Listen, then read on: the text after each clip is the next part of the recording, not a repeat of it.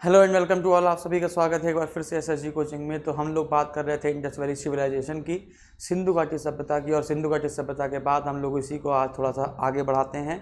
तो सबसे पहले हमने आपको बताया था कि कौन सा नगर वर्तमान में कहाँ पर स्थित है, ये आपने याद कर लिया होगा बेटा। तो पाकिस्तान को हमने आपको 3 भागों में बांट कर बताया था, एक था बलूचिस्तान और एक था सिंध, ठीक है ना। कुछ इस प्रकार से हमने आपको बांट कर बताया था, ठीक है ना, और एक था पश्चिमी पंजाब। तो उसी के आगे हम लोग आगे बढ़ेंगे भैया, समझिएगा जरा सा इसको कि अभी हम आपको याद करना पड़ेगा कि कौन सा नगर किस नदी के किनारे स्थित था, ठीक है ना। कौन सा नगर किस नदी के किनारे स्थित था, है ना, और इसकी खोज कब हुई और इसकी खोज किसने करी, ठीक है ना। तो ये 4 पॉइंट आपको याद करने पड़ेंगे। मैं नगर और नदी तो आपको याद करवा दूंगा, 2 मिनट लगेंगे, है ना, कि कौन सा नगर किस नदी किनारे है और किस सन में खोजा गया है और किसने खोज की थी, तो खोज करता कौन था, ठीक है ना। कुछ इस प्रकार से आपको अभी याद करना पड़ेगा। क्लियर है बेटा। तो क्लास को स्टार्ट किया जाए, ठीक है। क्लास को स्टार्ट करते हैं। तो आपको पता होगा कौन सा नगर वर्तमान में कहाँ पर है। वर्तमान स्थिति तो सबको पता होती है, लेकिन अब आपको नहीं पता होता था वो क्या, कि खोज करता और कब खोजा गया था ये, ठीक है ना। तो सबसे पहले हम लोग बात करेंगे हड़प्पा की। सबसे पहले हम लोग बात करेंगे हड़प्पा की, ठीक है ना। तो आपको एक रंग है उसका नाम है हरा। एक रंग है उसका नाम है हरा। अगर आपको हरा याद रहेगा तो आपको सब कुछ याद रहेगा। हा से होता है हड़प्पा और रा से होता है रावी। तो हड़प्पा किस नदी किनारे, हा से हड़प्पा, रा से रावी। हड़प्पा किस नदी किनारे है, रावी नदी के किनारे है। मम्मी की बहन को कहते हैं मौसी, मम्मी की बहन को कहते हैं मौसी। मौ से आपको याद करना है मोहनजोदाड़ो, मौ से आपको याद करना है मोहनजोदाड़ो, और सा से याद करना है आपको सिंधु नदी। क्या याद करनी भैया, सिंधु नदी। अगला क्या है, बिहार का शोक कौन सी नदी है, तो कोसी है। बिहार का शोक कौन सी नदी है भैया, तो बिहार का शोक है कोसी नदी। तो को से क्या हो जाएगा, को से हो जाएगा कोट दीजी, को से क्या हो जाएगा कोट दीजी, और सी से क्या हो जाएगा सिंधु नदी, ठीक है ना। अगला, जिंदगी में सबको कुछ ना कुछ कर दिखाने का एक बार मिलता है कभी ना कभी, क्या, चांस। चांस मतलब होता है मौका, ठीक है ना। तो अगर आपको चांस नाम का शब्द याद रहेगा, चांस, है ना, तो आपको सब कुछ याद रहने वाला है। चा से हो जाएगा चनहुदड़ो, है ना, और सा से हो जाएगा सिंधु नदी। चा से हो जाएगा चनहुदड़ो और सा से हो जाएगा सिंधु नदी। तो सिंधु नदी जितने भी थे, सिंधु नदी जितनी भी थी हमने आपको याद करवा दिया, ठीक है ना। तो सिंधु नदी आपको 3 याद करनी है। मोहनजोदाड़ो में सिंधु नदी, कोसी नदी, कोसी में आपको सिंधु नदी नहीं, कोट दीजी में आपको सिंधु नदी, और चनहुदड़ो में भी आपको क्या रखनी है, सिंधु नदी। बात समझ आ रही है। चलिए अच्छा, अगली बात देखते हैं, जिंदगी में क्या नहीं करना चाहिए। तो जिंदगी में कभी लोभ नहीं करना चाहिए। लोभ से क्या होगा, लोथल हो जाएगा, और भा से क्या हो जाएगा, भोगवा। लोथल और भोगवा, जिंदगी में क्या नहीं करना चाहिए, तो लोभ नहीं करना चाहिए। लो से हो जाएगा लोथल, है ना, और भा से हो जाएगा भोगवा, ठीक है। चोट लगने पर सबसे पहला जो शब्द निकलता है, चोट लगने पर जो सबसे पहला शब्द निकलता है वो है आह। क्या है भैया, आह, ठीक है ना। तो चोट लगने पर सबसे पहले जो शब्द निकलता है वो है आ, और आ से होता है आलमगीरपुर। याद कीजिए, हमने आपको बताया था कि सिंधु सभ्यता का सबसे पूर्वी क्षेत्र है आलमगीरपुर, और हा से हो जाएगा हिंडन नदी।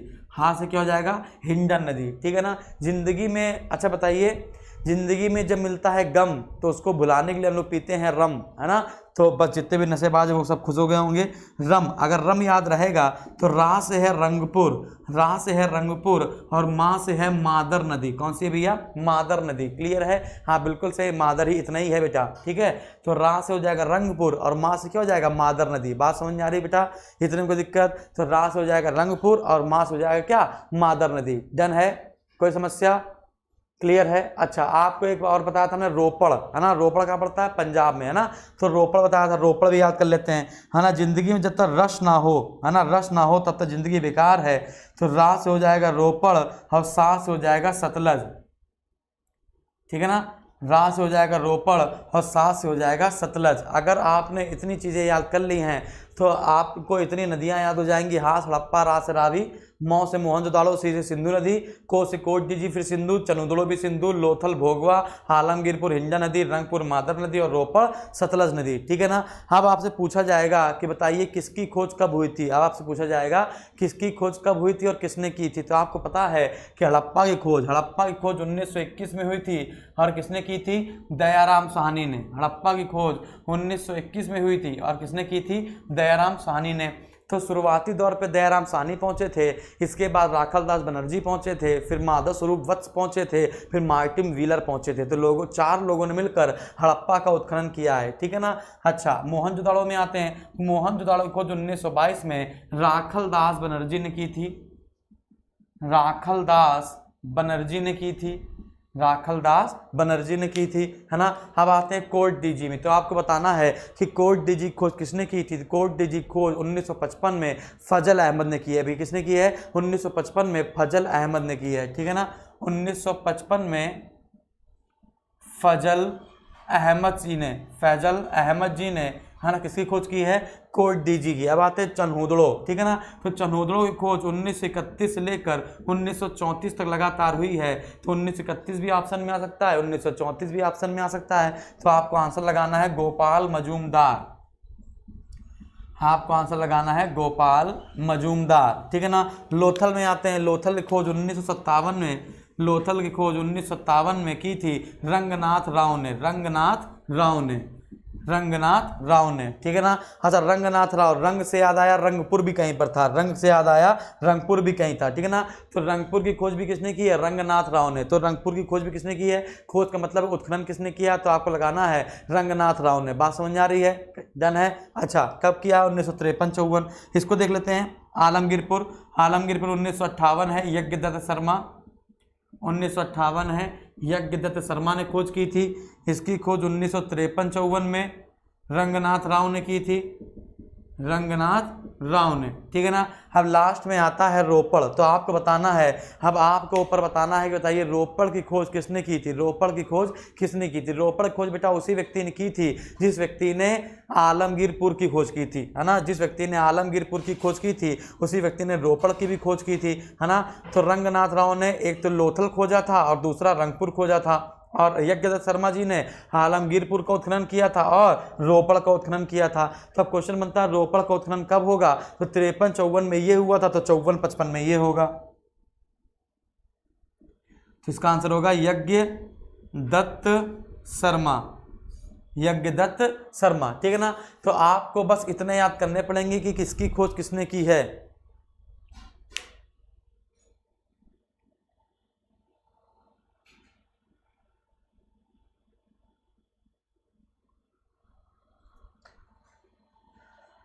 सिर्फ 1-2 लोग कह रहे हैं सर नेटवर्क नहीं आ रहा। बेटा नेटवर्क हमारे में आ रहे हैं, आपके में नहीं आ रहे हैं, ठीक है ना। हमारे में सब कुछ सही है, हमारी तरफ से सब कुछ सही होता है, बस आपकी तरफ से गड़बड़ होती है, ठीक है ना। हमारी तरफ से बेटा सब कुछ सही है। आप एक बार फिर से बंद करके चालू कर लीजिए, हो जाएगा, ठीक है। चलिए, तो इधर वापस आते हैं। तो आपको अगर ये क्लू याद रहेंगे, अगर आपको ये क्लू याद रहेंगे, है ना, तो आपके ये सारे क्वेश्चन हो जाएंगे, ठीक है ना। तो आपको ये क्लू याद रहेंगे तो हड़प्पा, हा से हड़प्पा, रा से रावी हो जाएगा। ये तो आपको आता ही, दयाराम साहनी, राखलदास बनर्जी, ये दोनों तो बचपन से रटते चले आ रहे हो, है ना। तो इसके बाद आपको बस ये कुछ और याद करने पड़ेंगे, 1 2 3 4 5 6। तो याद करना है आपको सिर्फ 6। बात समझ आ रही है? हाँ, आपको 6 बातों पर फोकस करना है, बाकी 2 तो आपको जिंदगी भर याद ही रहे, ठीक है ना। इतने में कोई समस्या नहीं, इतने में कोई समस्या नहीं। तो हम लोग आगे बढ़ते हैं बेटा। तो अब हम लोग आते हैं हड़प्पा का नगर नियोजन। अब हम लोग आते हैं हड़प्पा का नगर नियोजन कैसा था, ठीक है ना। तो हम लोग देखते हैं सामाजिक स्थिति कैसी थी, राजनीतिक स्थिति कैसी थी, धार्मिक स्थिति कैसी थी, नगर प्रणाली कैसी थी, सड़क कैसी थी, क्या करते थे क्या नहीं करते थे, इन पर थोड़ी सी बातचीत हम लोग करते हैं, ठीक है ना। इसको मैं रफ कर देता हूँ जल्दी से। तो सबसे पहले हम लोग बात करेंगे 1 बाय 1 करके हड़प्पा पर, है ना। हड़प्पा पर बात करेंगे, फिर मोहनजोदाड़ो पर बात करेंगे, फिर वहाँ से क्या क्या चीज़ें मिली हैं इन पर बात करेंगे, ठीक है ना। फिर लास्ट में आपके एक सूत्र दे देंगे, है ना। फिर आपका टेस्ट होगा, टेस्ट में आप सिंधु सभ्यता के सारे क्वेश्चन कर ले जाएंगे तो आपको इंडस वैली सिविलाइजेशन फिर जिंदगी में कभी भी भूले हुए नहीं, है ना। तो इंडस वैली सिविलाइजेशन का टेस्ट आपका हो जाएगा बहुत जल्दी, ठीक है ना। चलिए देखते हैं। तो हम लोग बात करेंगे नगर नियोजन की। तो बेटा आराम समझिएगा। तो हम लोग बात करने वाले हैं नगर नियोजन की, ठीक है ना। अब नगर नियोजन देखा जाए तो आपको बता दें, तो सबसे पहले हम लोग देखेंगे हड़प्पा का नगर नियोजन देखते हैं ना। तो आपको बता दिया जाए कि हड़प्पा, मोहनजोदाड़ो और कालीबंगन, हड़प्पा, मोहनजोदाड़ो और कालीबंगन, है ना, इनका नगर नियोजन एक समान था। ठीक है ना, इनका नगर नियोजन जो था वो एक समान था, जाल पद्धति पर आधारित थे इनका नगर नियोजन। बताते हैं अभी। तो हड़प्पा, मोहनजोदाड़ो और कालीबंगन, ये क्या था भैया, ये इनका नगर नियोजन एक समान था। याद रखिएगा, एक समान नगर नियोजन।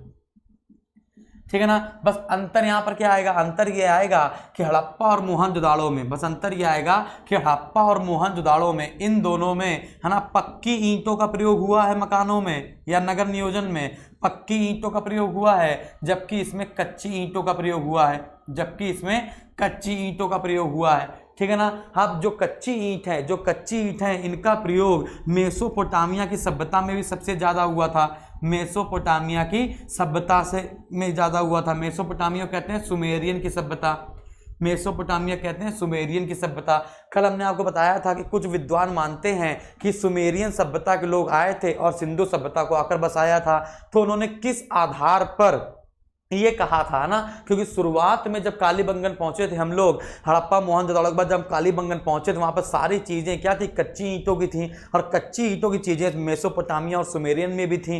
तो विद्वानों ने सोचा कि शायद देखो कच्ची ईंटें यहाँ पर भी हैं, कच्ची ईंटें वहां पर भी हैं, इसलिए विद्वानों ने कहा कि शायद सुमेरियन सभ्यता के लोग आए थे और हड़प्पा सभ्यता का विकास करके चले गए। फिर पता चला अबे सिर्फ और सिर्फ कालीबंगन में ही कच्ची ईंटों का प्रयोग हुआ है और बाकी हर जगह पक्की ईंटों प्रयोग हुआ है, इसलिए विद्वानों ने फिर इसका कथन को गलत कर दिया, है ना। तो अगर आपसे कह दिया जाए कि विद्वान मानते हैं कि मेसोपोटामिया या सुमेरियन सभ्यता के लोगों ने सिंधु घाटी सभ्यता का विकास किया है, ऐसा क्यों, तो आपको बताना है कच्ची ईंटों के आधार पर। ठीक है ना, कच्ची ईंटों के आधार पर ऐसा उन्होंने बताया है। ठीक है ना। अच्छा, मैं आपको बता दूं कि हड़प्पा, मोहनजोदाड़ो, कालीबंगन की बात की जाए तो हमको 2 टीले प्राप्त हुए हैं। हमको क्या प्राप्त हुए बेटा, 2 टीले प्राप्त हुए हैं, है ना। तो टीले समझ लेते हैं क्या। एक है, जैसे मान लीजिए ये है पश्चिम वाला क्षेत्र और ये है पूर्व वाला क्षेत्र, है ना। ये पश्चिम वाला क्षेत्र हो गया, ये पूर्व वाला क्षेत्र हो गया। तो जो पूर्व वाला जो क्षेत्र है, यहाँ पे जनसाधारण लोग रहते थे, यहाँ पर जनसाधारण लोग मतलब किसान टाइप के लोग, है ना, कृषक वर्ग के लोग, ये सब रहा करते थे। और जो पश्चिमी टीला है ना, ये पूर्वी टीला हो गया और ये क्या हो गया, पश्चिमी टीला हो गया, है ना। और जो पश्चिमी टीला होता था वहां पर कैसे ऊंची बिरादरी के लोग रहते थे, उच्च वर्ग के लोग रहा करते थे, है ना, उच्च वर्ग के लोग रहा करते थे, वर्ग के लोग रहा करते थे। अब ऐसा क्यों है ना, क्योंकि जो पूर्वी टीले की ऊंचाई है वो पश्चिमी टीले से कम है, जो पूर्वी टीले की ऊंचाई है वो पश्चिमी टीले से कम है। सबसे पहली बात तो यानी कि जो कुछ ऐसे कुछ है ऐसे, है ना। तो ये है पश्चिमी टीला, है ना, और ये है पूर्वी टीला। तो पश्चिमी टीले की ऊंचाई पूर्वी टीले से क्या थी, ज्यादा थी। इसके बाद अगली बात ये है कि जो पश्चिमी टीला था ये चारों तरफ दीवारों से घिरा हुआ था। जो पश्चिमी टीला था वो चारों तरफ दीवारों से घिरा हुआ था, और दीवारों का घिरा हुआ का मतलब है कि ये दुर्ग आधारित था। ये क्या था भैया, दुर्ग, है ना। ये जो दीवार घिरी है ना, इसको हम कहते हैं फोर्ट, है ना। फोर्ट मतलब होता है मजबूत करना, दुर्गीकरण करना। तो जो पश्चिमी टीला है वो दुर्गीकृत था, मतलब कि उसके चारों तरफ बड़ी बड़ी दीवारें थी, है ना। दीवारें किस लिए बनाई जाती थी, दीवारें किस लिए बनाई जाती थी, देखो, क्योंकि उच्च वर्ग के लोग होंगे तो अमीर होंगे, ये लोग क्या होंगे, गरीब होंगे। यदि कोई बाहरी जाति इस पर हमला करे, यदि कोई बाहरी जाति हमला करे, है ना, तो ऊपर चढ़ने में दिक्कत होगी, है ना। तो ये लोग कम लूटे जाएंगे या फिर ये लोग अपने आप को बचा लेंगे, लेकिन सबसे पहले लड़ाई कौन करेगा, जो जनसाधारण या किसान वर्ग के लोग हैं या सैनिक वर्ग के लोग हैं, उनको नीचे रखा जाता था, है ना। अब कुछ समय के बाद बताया गया, कुछ समय के बाद बताया गया कि टीला सिर्फ इसलिए बनाया जाता था, टीला सिर्फ इसलिए बनाया जाता था ताकि, है ना, ताकि पशुओं से रक्षा हो सके। ठीक है ना, ताकि पशुओं और चोरों से रक्षा हो सके, पशुओं और चोरों से रक्षा करने के लिए ये दुर्ग बनाया जाता था। ठीक है ना। और जितना भी पैसा कौड़ी संपत्ति होती थी वो अधिकतर कहाँ पर रखी जाती थी, पश्चिम टीले में रखी जाती थी। सबसे पहले कहा भैया पश्चिम टीले में रखी जाती थी। बात समझ में आ रही है। तो यहाँ पर हर मोहनजोदाड़ो हो गया, कालीबंगन हो गया, हड़प्पा हो गया, यहाँ से हमको 2 टीले मिले हैं। बात समझ आ रही, कितने टीले मिले भैया, 2 टीले मिले हैं। डन है, हाँ डन है। अच्छा, अब इसका एक अपवाद हो जाता है। अब अपवाद क्या हो जाता है ये समझ लेते हैं कि इनकी अगर आपसे कह दिया जाए नगर नियोजन किनका किनका समान था, हड़प्पा, मोहनजोदाड़ो और कालीबंगन का नगर नियोजन समान था। लेकिन अब इसमें एक अपवाद आता है, धौलावीरा। एक अपवाद आता है धौलावीरा, है ना, धौलावीरा। ठीक है, धौलावीरा का नगर नियोजन इनसे अलग था, धौलावीरा का नगर नियोजन इनसे अलग था। धौलावीरा की जल निकास प्रणाली सबसे सुंदर है, धौलावीरा की जल निकास प्रणाली, है ना, यानी कि जो नाली में जल गिरेगा, है ना, और पानी कहां से आएगा, कैसा जाएगा, तो जल निकास प्रणाली, धौलावीरा की जल निकास प्रणाली सबसे सुंदर मानी जाती है। जल निकास प्रणाली सबसे सुंदर है, याद रखिएगा, धौलावीरा की जल निकास प्रणाली सबसे सुंदर है। हम मैं यहाँ पे धौलावीरा बीच में क्यों ले आया हूं, क्योंकि मैं आपको एक बात बताता हूं, ठीक है ना, कि हड़प्पा, मोहनजोदड़ो और कालीबंगन में दो प्रकार के टीले पाए गए हैं, एक पूर्व की तरफ और एक पश्चिम की तरफ, लेकिन धौलावीरा अपवाद है, धौलावीरा अपवाद स्वरूप है। धौलावीरा में 3 टीले पाए गए हैं। धौलावीरा में कितने टीले पाए गए हैं बेटा? 3 टीले पाए गए हैं, याद रखिएगा, है ना। पश्चिम की तरफ 2 है, पश्चिम की तरफ 2 है ना, और पूर्व की तरफ 1 है, ठीक है ना। तो पश्चिम की तरफ 2 टीले पाए गए हैं, ठीक है ना, एक इस प्रकार से जुड़े हुए, ठीक है ना, इस प्रकार से जुड़े हुए 2 टीले पाए गए हैं ना, और एक तरफ ये पाया गया है। तो धौलावीरा अपवाद स्वरूप है। तो अगर आपसे कह दिया जाए कि सभी नगरों में अगर 2-2 टीले पाए गए हैं, पूर्व में एक टीला होता था, एक पश्चिम में टीला होता था, पश्चिमी टीले में ऊंचे वर्ग के लोग रहते थे और पूर्वी टीले में नीचे वर्ग के लोग रहते थे, पश्चिमी टीला फोर्टिफाइड था, मतलब दुर्गीकृत था, तो बताइए अपवाद स्वरूप क्या है? तो अपवाद है धौलावीरा। धौले में क्या है? 3 टीले पाए गए हैं, है ना, 2 पश्चिमी टीले, पश्चिम की तरफ 2 टीले हैं और पूर्व की तरफ 1 टीला है। बात समझ में आ रही बेटा? बात क्लियर है? डन है? इतने कोई समस्या नहीं? अच्छा, अब एक और बात बता दें आपको कि सभी नगरों में जब ऐसा ऐसा पाया गया तो दुर्ग आधारित चीजें पाई गई, है ना। तो अब एकमात्र नगर ऐसा था, एकमात्र नगर ऐसा था जहां पर कोई दुर्ग नहीं पाया गया, एकमात्र नगर ऐसा था जहां पर दुर्ग नहीं पाया गया, वो था चनहूदड़ो, है ना, वो था चनहूदड़ो। तो आपको याद रखना है कि चनहूदड़ो में कोई दुर्ग नहीं था, चनहूदड़ो में कोई दुर्ग नहीं था, है ना, कोई भी फोर्ट नहीं था, याद रखेंगे ना। तो चनहूदड़ो में कोई भी दुर्ग नहीं था। बात क्लियर है? तो दुर्ग और किले या नगर नियोजन की हम लोगों ने बात करी। बात समझ आ रही बेटा? बात की दिक्कत है? चलिए तो आगे बढ़ा जाए, आगे बढ़ा जाए ना, ठीक है। अच्छा, अगर आपसे कह दिया जाए, अगर आपसे कह दिया जाए कि बताइए हड़प्पा सभ्यता के लोग टीले क्यों बनाते थे, या फिर ऊंचाई पर टीले क्यों बनाते थे, या फिर दुर्ग वाले टीले क्यों बनाते थे, तो आपके ऑप्शन में आता है कि बाहरी लोगों से हमले से बचने के लिए, बाहरी लोगों के हमले से बचने के लिए, चोरों से बचने के लिए, पशुओं से बचने के लिए, इस प्रकार से ऑप्शन आएगा आपका। तो बेटा बाहरी हमलों से बचने के लिए ऐसा आपका ऑप्शन नहीं होना चाहिए, ठीक है ना। आप ये आंसर नहीं लगाएंगे, आप जो मैंने लिखा है बस उसी पर डिपेंड रहना है। तो अगर आपसे कह दिया जाए हड़प्पा के लोग दुर्गीकृत टीले का प्रयोग क्यों करते थे, है ना, तो चोरों लुटेरों से बचने के लिए और पशुओं से अपनी रक्षा करने के लिए, बस ये दोनों ऑप्शन आपको जहां मिलेंगे वही आंसर आपका सही होगा बेटा, ठीक है ना। हाँ, और चनहूदड़ो में कोई भी दुर्ग नहीं था। कहते हैं यहाँ पे ब्यूटी पार्लर हुआ करता था, चनहूदड़ो में ब्यूटी पार्लर हुआ करता था, सौंदर्य प्रसाधन, सौंदर्य प्रसाधन, ठीक है ना। तो चनहूदड़ो में सौंदर्य प्रसाधन की वस्तुएं बहुत सारी मिला करती थी। जब चनहूदड़ो की खुदाई करने गए गोपाल मजूमदार, तो जैसे उन्होंने एक फड़वा मारा तो तुरंत ही वहां से एक लिपस्टिक उछल कर बाहर आ गई, है ना, लिपस्टिक। तो जो चनहूदड़ो है, चनहूदड़ो में, है ना, क्या था, ब्यूटी पार्लर के केंद्र खुले हुए थे, मतलब सौंदर्य प्रसाधन की वस्तुएं सबसे ज्यादा चनहूदड़ो से प्राप्त हुई है, और यहाँ पर कोई भी दुर्ग नहीं था, और यहाँ से लिपस्टिक का साथ सबसे पहले प्राप्त हुआ था, ठीक है ना। कोई महिला भूल गई होगी यहाँ पर, ठीक है ना। चलिए इतनी बात समझ में आई बेटा?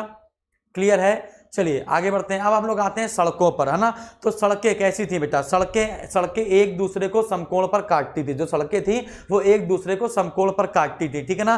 तो अगर कह दिया जाए कालीबंगा, कालीबंगा की अगर बात करें तो कालीबंगा में जो सड़क थी, है ना, कालीबंगा में जो सड़क हुआ करती थी और जो गली हुआ करती थी, दोनों का रेशियो समान था।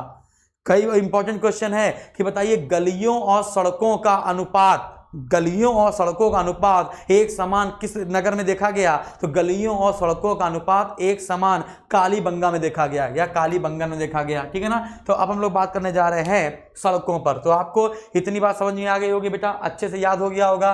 क्या नगर नियोजन में क्या होता था भैया कि हड़प्पा, मोहनजोदड़ो और कालीबंगन का नगर नियोजन समान था, ठीक है ना। इनका नगर नियोजन क्या था? समान था। इसमें 2 टीले होते थे, एक पूर्व की तरफ और एक पश्चिम की तरफ। पश्चिमी टीले की ऊंचाई ज्यादा होती थी, यहाँ पे उच्च वर्ग के लोग रहते थे, है ना, और पूर्वी टीले की ऊंचाई कम होती थी, यहाँ पर जनसाधारण, कृषक और सैनिक वर्ग के लोग रहा करते होंगे।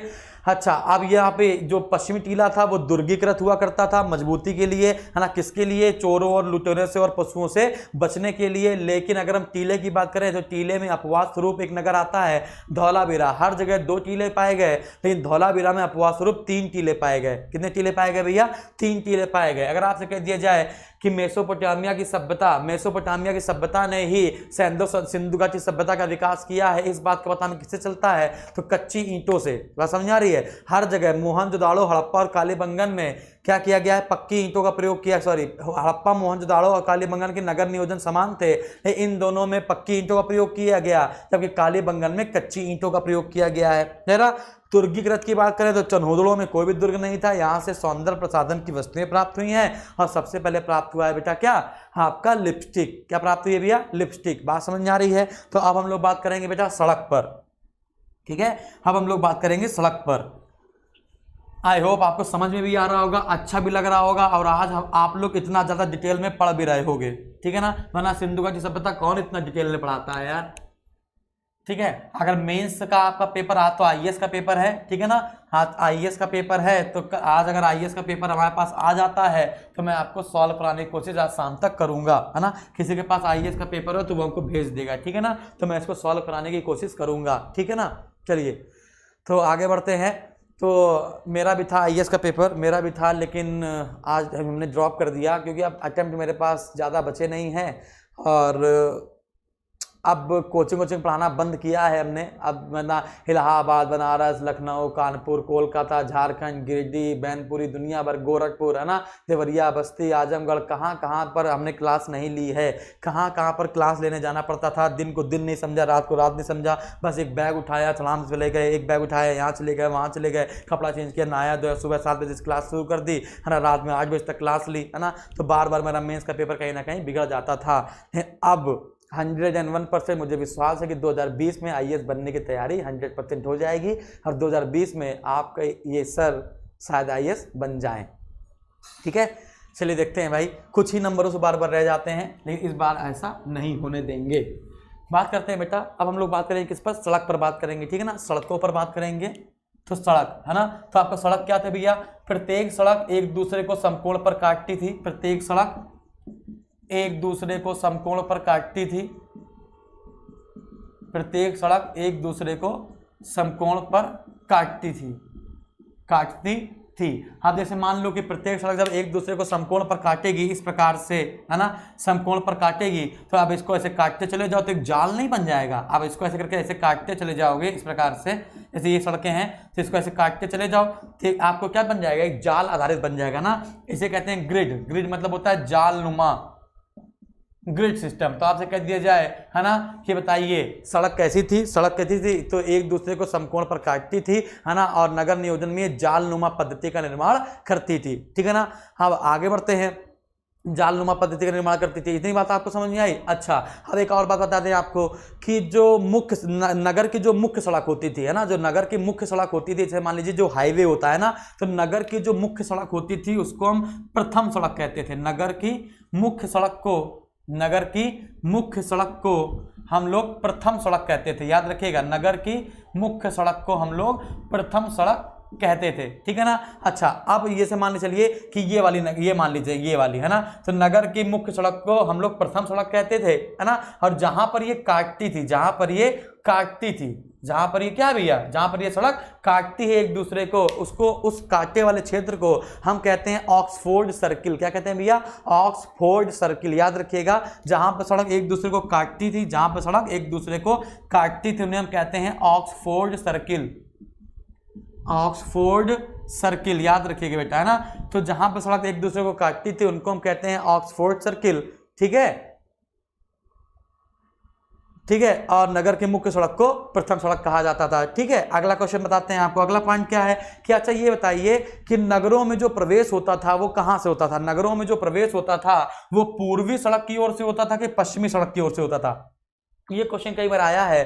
तो नगरों में जो प्रवेश होता था, नगरों में जो प्रवेश द्वार होता था, है ना, वो मुख्यतः पूर्व की ओर होता था, पूर्व की ओर होता था, वो मुख्यतः पूर्व की ओर होता था। इतनी आपको बात समझ में आई। तो नगरों का जो मुख्य द्वार होता था वो अधिकतर क्या होता था, पूर्व की ओर होता था। बात समझ में आ रही बेटा, क्लियर है। अच्छा सड़कें, अब सड़कों से याद आया नालियां, अब सड़कों से याद आया नालियां, ठीक है ना। नालियां जो होती थी वो ईंटों से पूरी तरीके से ढकी होती थी, ईंटों से पूरी तरह ढकी हुई होती थी, पूरी तरह ढकी हुई होती थी। तो अब क्वेश्चन आपसे पूछ लिया गया कि जो नालियां ईंटों से पूरी तरह ढकी हुई होती थी, है ना, इन ईंटों को, इन नालियों की ईंटों को हम किससे जोड़ते थे। अब क्वेश्चन बन जाएगा कि बताइए नालियां जो होती थी वो ईंटों और पत्थरों से ढकी होती थी, है ना। तो अब ये बताइए कि ईंटों को जोड़ने के लिए, ईंटों या नालियों के पत्थरों को जोड़ने के लिए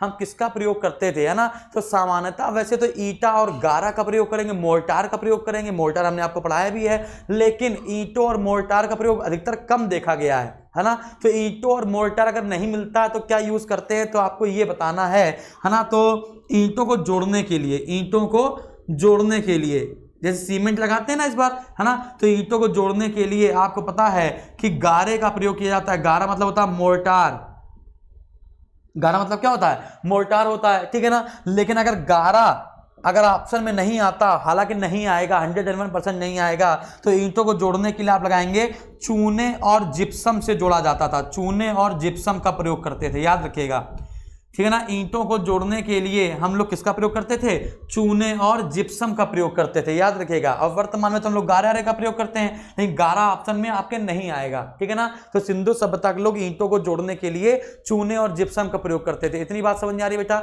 इतने को दिक्कत है।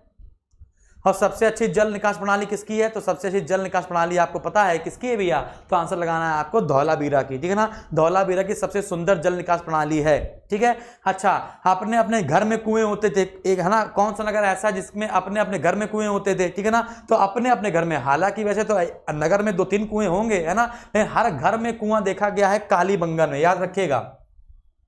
कालीबंगन की बात करेंगे यहां पर, तो कालीबंगन में प्रत्येक घर में एक कुआं होता था, प्रत्येक घर में कुआं, ठीक है। तो प्रत्येक घर में कुआं कहां देखा गया है, तो प्रत्येक घर में कुआं देखा गया है कालीबंगन में। जल निकास से याद आ गया, तो प्रत्येक घर में कुआं देखा गया है कहां पर बेटा, तो आपको लगाना है कहां पर, कालीबंगन में, ठीक है ना। अच्छा, तो हमने आपको क्या बताया, हमने आपको बताया ईंटों के बारे में, ईंटों के बारे में बताते हैं ना, ईंटों के बारे में, ठीक है ना। ईंटों के बारे में बताते हैं, तो ईंटों की जो लंबाई चौड़ाई ऊंचाई थी, ईंटें अधिकतर पक्की ईंटों का प्रयोग किया गया है ना। सिर्फ दो जगह हमको सिर्फ कच्ची ईंट मिली है। सबसे ज्यादा मात्रा में कच्ची ईंट देखने को मिलती है कालीबंगन में, है ना, और उससे थोड़ी सी कम कच्ची ईंटें देखने को मिलती हैं रंगपुर में, ठीक है ना। तो पूरी सिंधु सभ्यता में कच्ची ईंटों का प्रयोग 2 जगह किया जाता था, अधिकतर किया जाता था कालीबंगन में, और उससे कम किया जाता था रंगपुर में। तो आपके पास दोनों आंसर रहेंगे, है ना। तो इसको मैं रफ करता हूं, तो थोड़ी सी बात ईंटों पर कर लेते हैं बेटा, थोड़ी सी बात हम लोग कर लेते हैं ईंटों पर, ठीक है ना। तो ईंटें कैसी थी भैया, ईंटें पक्की भी थी, है ना, और ईंटें कच्ची भी थी, है ना। तो आपका पक्की ईंटें सबसे ज्यादा प्रयोग की गई हैं, तो कच्ची ईंटों का प्रयोग आपको 2 में लगाना है, एक कालीबंगा और एक रंगपुर, ठीक है ना। तो कालीबंगा और रंगपुर में अधिकतर कच्ची ईंटों का प्रयोग किया गया है, कालीबंगा और रंगपुर में अधिकतर कच्ची ईंटों का प्रयोग किया गया है। और जो ईंट थी वो कई प्रकार की हुआ करती थी। जो ईंट है वो कई प्रकार की हो सकती है, जैसे एल आकार की हो सकती है, याद रखिएगा। ईंटों का जो आकार हो सकता है वो कई प्रकार की ईंटें होती हैं, ठीक है ना। जैसे आपको कोने ओने बनाने हैं, अगर आपको घर का कोना ओना बनाना है, तो घर का कोना बनाने के लिए एल आकार की ईंट होती थी, है ना। अगला, अगर आपको कोई गुंबद बनाना है ना, तो वक्र आकार की, है ना, वक्राकार आकार की ईंट होती थी, वक्राकार आकार की ईंट होती थी, वरना आयताकार आकार की ईंट होती थी, आयताकार आकार की ईंट होती थी, है ना। अब क्वेश्चन पूछ दिया जाए कि जो अधिकतर देखा गया है ईंटों की लंबाई चौड़ाई और ऊंचाई क्या थी, तो ईंटों की लंबाई चौड़ाई और ऊंचाई 4:2:1 थी। तो ये LBH है, ये बिल्कुल एग्जैक्ट वैल्यू नहीं है, ये बिल्कुल एग्जैक्ट वैल्यू नहीं है, है ना। अगर इसको हम लोग एग्जैक्ट वैल्यू लेकर आएंगे तो फिर दिक्कत हो जाएगी, ठीक है ना। तो एग्जैक्ट वैल्यू अगर लेकर आए तो एग्जैक्ट वैल्यू हो जाएगी 10.25 इंटू 2.5 इंटू, है ना, 5 इंटू 2.5, ठीक है ना। तो अगर हम एक ईंट ले लें, तो अगर एक ईंट की चौड़ाई देखें, लंबाई चौड़ाई ऊंचाई, तो बताते हैं आपको, देखो अगर ऐसे समानता आपसे पूछता है, तो देखो समानता आपसे पूछता है कि ईंटों की लंबाई चौड़ाई ऊंचाई कितनी थी, तो आंसर है 4:2:1, है ना।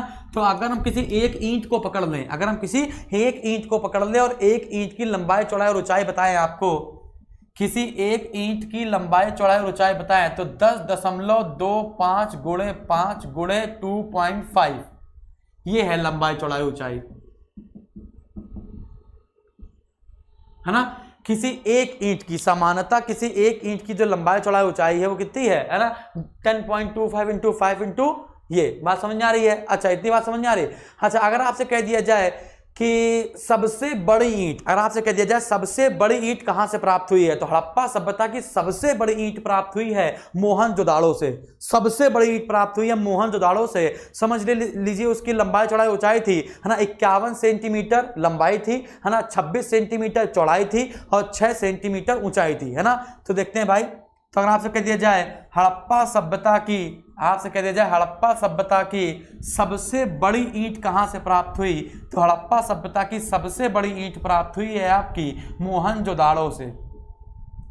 हड़प्पा सभ्यता की आपकी सबसे बड़ी जो ईंट प्राप्त हुई है वो मोहनजोदाड़ो से प्राप्त हुई है ना। कितनी हमने आपको बताई, 51 सेंटीमीटर लंबी थी, है ना, और 51 सेंटीमीटर लंबी थी, 26 सेंटीमीटर चौड़ी थी, ठीक है ना, 26 सेंटीमीटर, है ना, चौड़ी थी, और लगभग 6 सेंटीमीटर क्या थी, ये पॉइंट में भी हो सकता है, 51 इंटू 26.27 इंटू 6.35, इस प्रकार से आंसर आ सकता है आपका। तो आपको इतना याद कर लेना, 51, 26 और 6, ठीक है ना। तो ये सबसे बड़ी ईंट थी, इसका LBH लंबाई चौड़ाई ऊंचाई का जो वो है, ठीक है ना, मान है वो है 51 सेंटीमीटर लंबी, 26 सेंटीमीटर चौड़ी और 6 सेंटीमीटर ऊंची। बात समझ आ रही बेटा, क्लियर है। हाँ, तो सबसे बड़ी ईंट कहां से प्राप्त हुई है, तो सबसे बड़ी ईंट आपकी प्राप्त हुई है मोहनजोदाड़ो से। बात समझ में आ रही है। अच्छा, भवन की बात कर लें, अगर भवन की बात कर लें हम लोग, यानी कि घरों की बात कर लें, तो घर 3 प्रकार के हम लोग को मिल सकते हैं। एक होते हैं बड़े रहने वाले भवन, आवासीय भवन, और एक होता है बहुत बड़े भवन। आवासीय भवन के अलावा आवासीय जो भवन होते हैं, जो मतलब रहने वाले होते हैं, उनमें एक घर में अधिकतर 3-4 कमरे होते थे, है ना। एक घर में 3-4 कमरे होते थे, एक आंगन होता था, एक रसोई घर होता था, ठीक है, एक आंगन होता था, एक रसोई घर होता था और एक स्नानागार होता था। ये सब में कॉमन है, रसोई, है ना, आंगन और स्नानागार, ये सभी घर में कॉमन देखा गया था। और एक आंगन क्या कहते हैं कि हाँ, और विशाल भवन की बात करें तो विशाल भवन में देखा गया है कि एक एक हॉल में 30-30 कमरे भी देखे गए, एक एक हॉल में 30-30 कमरे भी देखे गए, ठीक है ना। इतनी आपको बात समझ में आई, इतने में आपको कोई दिक्कत है, इतने में आपको कोई दिक्कत है बेटा, नहीं ना। अच्छा, मैं आपको एक और बात बताना भूल गया, जैसे मान लीजिए कि ये सड़क जा रही है ना, और इसको काटती हुई ये सड़क जा रही है, तो ये तो होगा ऑक्सफोर्ड सर्किल, है ना, और ये एक सड़क होगी, ये सड़क होगी, ये हाईवे होगा, ये एक हाईवे होगा और एक हाईवे ये होगा, है ना। तो जो मोहल्ला होगा, मोहल्ला ये होगा, ठीक है ना, मोहल्ला क्या होगा, ये होगा, ठीक है ना, ये वाला मोहल्ला होगा। तो जो मोहल्ले में घर के दरवाजे हैं, जो मोहल्ले में घर के दरवाजे हैं वो सारे पीछे की ओर खुलते हैं, पिछवाड़े। जो घर में मोहल्ले के जो दरवाजे हैं वो मुख्य सड़क की ओर ना खुलकर किसकी तरफ खुलते हैं भैया, वो पिछवाड़े तरफ खुलते हैं, सिवाय लोथल के। लोथल एक ऐसा जगह देखी गई जहां पर एक घर, लोथल में, पूरे लोथल में सिर्फ एक घर ऐसा मिला था जहां का जो दरवाजा था वो मुख्य सड़क की ओर खुलता था। तो वो अपवाद हो गया। अब यही पेपर में आएगा, ये क्या हो गया भैया, ये अपवाद हो गया और यही पेपर में आएगा, ठीक है ना। तो रफ कर दें इसको। तो अगर हम भवन की बात करें, भवन की, तो भवन कितने प्रकार के पाए गए हैं, 3 प्रकार के, ठीक है ना। तो एक हो जाएगा आवासीय भवन, ठीक है, एक हो जाएगा विशाल भवन और एक हो जाएगा सार्वजनिक स्नानागार और अन्नागार, ठीक है ना। स्नानागार और अन्नागार, स्नानागार मतलब ग्रेट बाथ, है ना, और अन्नागार मतलब ग्रेनरी, जहां पर लोग अपना अनाज धरते हैं। जो बच्चे गांव से जुड़े होंगे वो जानते हैं बेटा कोल्ड स्टोर होता है ना, गेहूं, है ना, आलू धरने के लिए कोल्ड स्टोर होता है, कोल्ड स्टोर। उसी कोल्ड स्टोर को हम लोग कहते हैं अन्नागार, है ना। तो जैसे कि हम लोग बात करें, अगर भवन की बात करें तो भवन की, है ना, तो भवन की बात करें 3 प्रकार के भवन पाए गए हैं, है ना।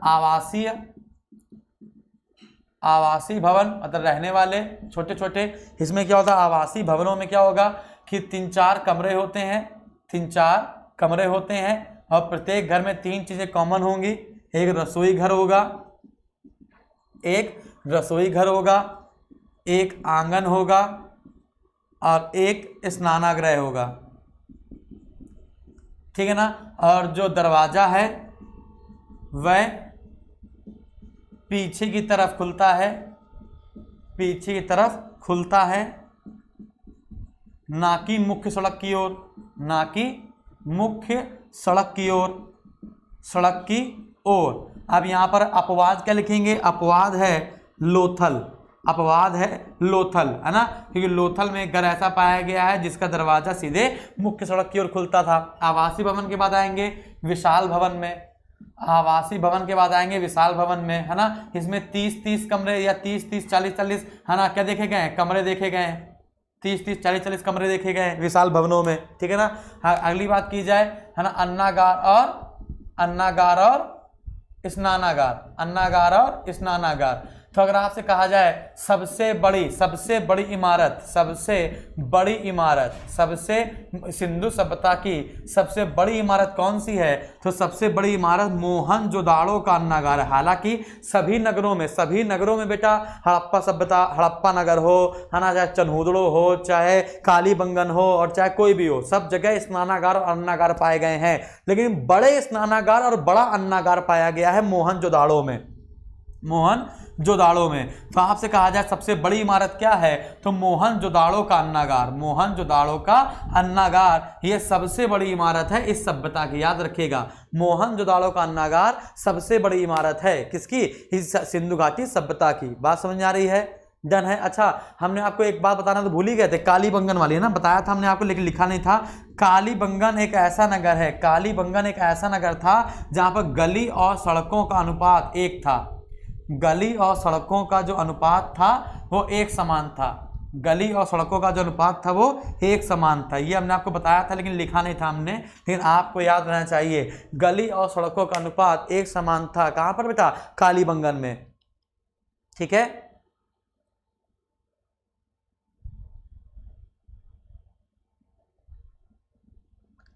बड़ी मीन्स बड़ा, सबसे बड़ी इमारत।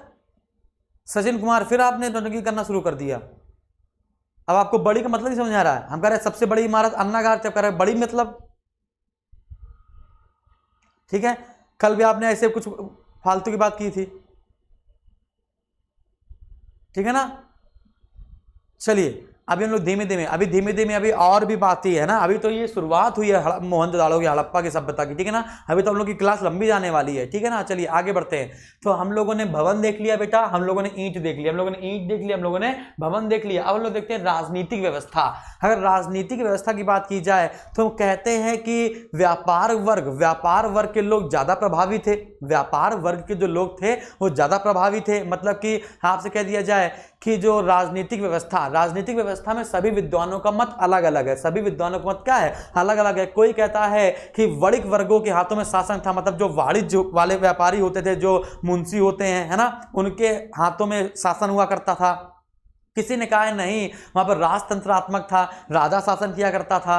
किसी ने कहा नहीं, ऐसा नहीं था, जनता के हाथ में शासन था और धार्मिक प्रधान ज्यादा धार्मिक धर्म को ज्यादा महत्व देते थे। बात समझ आ रही है? ठीक है। किसी ने कहा धर्म को ज्यादा महत्व देते थे, तो किसी दूसरे ने कहा अच्छा धर्म को महत्व देते होंगे तो पंडितों का वर्चस्व होगा, पुरोहितों का वर्चस्व होगा। बात समझ आ रही है बेटा? क्लियर है?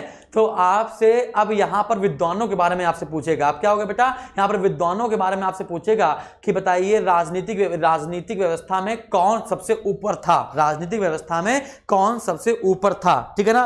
तो जो सभी लोग मानते हैं वो मानते हैं कि जो इसका शासन किसके हाथों में था, वो वणिक वर्ग के हाथों में था। वणिक मतलब होता है व्यापारी वर्ग के हाथों में था, ठीक है ना। तो थोड़ी सी राजनीतिक व्यवस्था की बात कर लेते हैं बेटा, राजनीतिक व्यवस्था की, ठीक है। हाँ, आपको बस सुनते चले जाना है। थोड़ी सी राजनीतिक व्यवस्था के बारे में बात कर लेते हैं। मैं आपको बता रहा हूं कि आप बस क्लास सुनते चले जाइए, बस कोई भी ऐसा पेपर नहीं है जो आपका निकलेगा नहीं भाई साहब। बस आप ऐसे लीड लगाइए, ऐसे रखिए, कोई कमेंट नहीं करना है, बस लगातार हमको आप सुनते चले जाइए, ठीक है ना। सारी बातें आपको क्लियर हो जाएंगी, बस आप आराम से प्रैक्टिस सेट घर पे लगाइए, कोई दिक्कत ही नहीं है यार, ठीक है ना। चलिए, तो अपने मन से धीमे अपने मन से आगे बढ़ने की कोशिश मत कीजिए, ठीक है ना, कि ये कहां पाया गया, वो कहां पाया गया। अभी हमने बताया गया किसको कहां पाया गया है, अभी धीमे धीमे बताएंगे कौन सी चीज कहां पर पाई गई, है ना।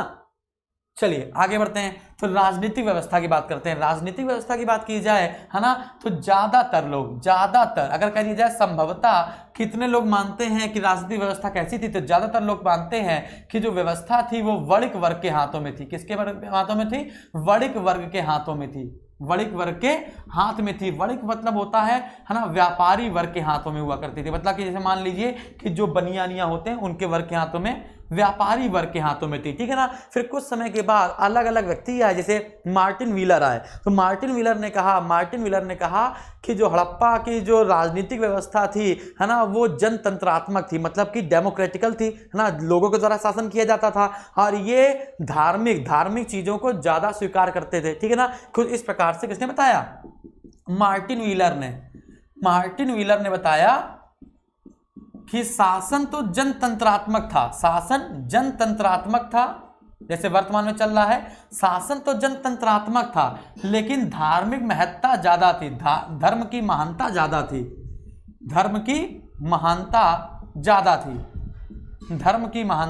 ज्यादा थी, है ना। कुछ इस प्रकार से बताया।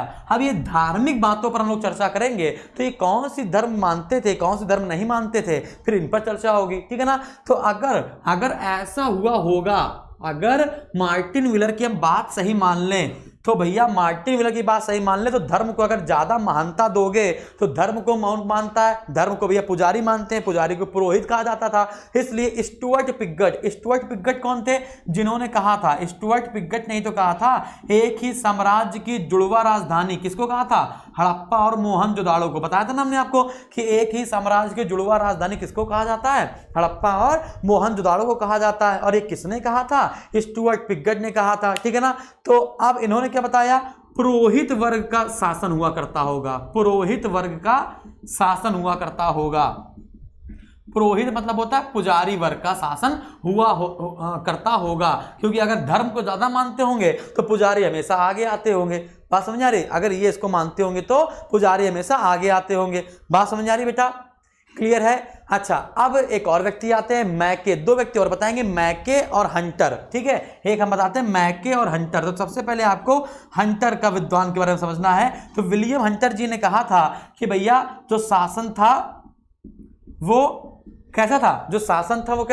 राजतंत्रात्मक ना होकर जनतंत्रात्मक था। मतलब राजा नहीं था, जनता शासन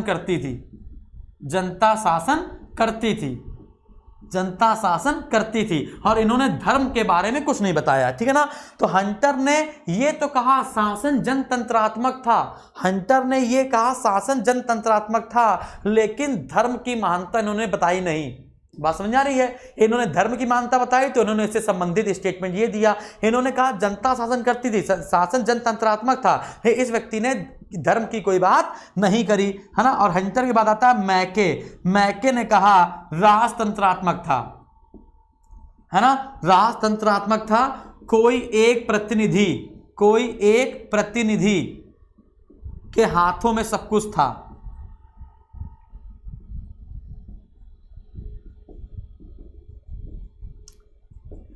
तो यहां पर आपको हमने 4 विद्वानों के कथन बताए। राजनीतिक व्यवस्था में हमने आपको 4 विद्वानों के कथन बताए, ठीक है ना। तो पहला कथन क्या है? मार्टिन व्हीलर का है। मार्टिन व्हीलर कहते हैं शासन जनतंत्रात्मक था, लेकिन धर्म को ज्यादा मानते थे।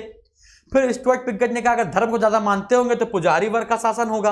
फिर हंटर जी ने कहा कि हाँ शासन जनता का था, लेकिन धर्म के बारे में मुझे नहीं पता। तो मैके ने कहा ऐसा कुछ नहीं है, यहाँ पर राजतंत्रात्मक था, कोई राजा हुआ करता होगा। राजा मतलब कोई एक प्रतिनिधि के हाथों में सब कुछ हुआ करता होगा, ठीक है बेटा। डन है? क्लियर है? तो यहां पर हमने आपको राजनीति का क्रम बताया कि राजनीति में आपको 4 साइंटिस्टों के नाम याद करने पड़ेंगे। साइंटिस्ट कह रहे हैं 4 विद्वानों के नाम आपको याद करने पड़ेंगे। और अगर विद्वान के बारे में आएगा तो आपको मिलाने के लिए आएगा, विद्वान ना आए तो आपका आंसर क्या जाएगा? वणिक वर्ग या व्यापारी वर्ग के हाथों में था। तो हमने देखो डायरेक्टली जो क्वेश्चन पूछा जाए या इनडायरेक्टली जो क्वेश्चन पूछा गया है, मैंने आपको सारे क्वेश्चन बता दिए, ठीक है ना बेटा। अच्छा, हड़प्पा से हमको अब सामाजिक व्यवस्था में आते हैं। राजनीतिक व्यवस्था होगी ना, तो हम लोग बात करते हैं सामाजिक व्यवस्था की। तो सामाजिक व्यवस्था की बात करने से पहले मैं आपको बता दूं कि हड़प्पा से हमको एक मूर्ति मिली है, एक औरत की मूर्ति मिली है जिसके पेट से, एक औरत की मूर्ति मिली है जिसके पेट से या नाभि से हमें फसल का पौधा या पौधा उगता हुआ दिखाई पड़ रहा है ना, तो हम क्या सोचेंगे? हम ये सोचेंगे कि जो औरत है उससे अगर फसल का पौधा या फिर है ना कोई पौधा उगता हुआ दिखाई पड़ रहा है तो मतलब वो देवी कौन सी होंगी? वो देवी तो धरती माता होंगी, क्योंकि भैया जो पौधा होता है वो तो धरती में उगता है ना। तो उसको आगे चलकर हम लोगों ने क्या कर दिया? मातृ देवी कर दिया। क्या कर दिया भैया? मातृ देवी कर दिया, ठीक है ना। तो समाज कैसा था? समाज मातृ सत्तात्मक था, मैटरनल अथॉरिटेरियन था, मतलब महिलाओं का पद ऊपर था और पुरुषों का पद नीचे हुआ करता था, और मातृ देवी की पूजा की जाती थी और मातृ देवी के बहुत से चित्र मुहरों पर भी बनाए गए थे, है ना। तो समाज अधिकतम कैसा था? ठीक है, तो समाज अधिकतर कैसा था? तो समाज अधिकतर मातृ सत्तात्मक था। क्या था भैया? मैटरनल अथॉरिटेरियन था ना, ठीक है। और उस मूर्ति को हम लोग कहते हैं उर्वरता की देवी। तो धरती माता को हम क्या कह सकते हैं? उर्वरता की देवी कहेंगे। समझिए यार, उर्वरता की देवी, उर्वरता मतलब होता है ना फसलों को जो उगाता है, उर्वरता की देवी। बात समझ आ रही बेटा? ठीक है, तो हम लोग आते हैं, अब हेडिंग क्या डालेंगे? सामाजिक व्यवस्था। ठीक है, हम लोग हेडिंग क्या डालेंगे भैया? सामाजिक व्यवस्था। अच्छा, हड़प्पा और मोहनजोदड़ो में बताते हैं। हड़प्पा, अगर सामाजिक व्यवस्था की बात कर रहे हैं तो हड़प्पा में जो लोग मर जाते थे उनको हम लोग दफना देते थे। हड़प्पा में जो लोग मर जाते थे उनको हम दफना देते थे, लेकिन मोहनजोदड़ो में जो लोग मर जाते थे उसको हम जला देते थे, है ना। तो मोहनजोदड़ो में शवों को जलाया जाता था और हड़प्पा में शवों को दफनाया जाता था। अच्छा, अब दाह संस्कार, दाह संस्कार की 3 विधियां थी। दाह संस्कार की 3 विधियां थी। एक था आपका पूर्ण संस्कार, पूर्ण दाह संस्कार, दूसरा था आंशिक दाह संस्कार, ठीक है ना। तो इस प्रकार से, और चौथा था दाह संस्कार, ठीक है ना। तो मैं आपको बताता हूं सामाजिक व्यवस्था, सामाजिक व्यवस्था,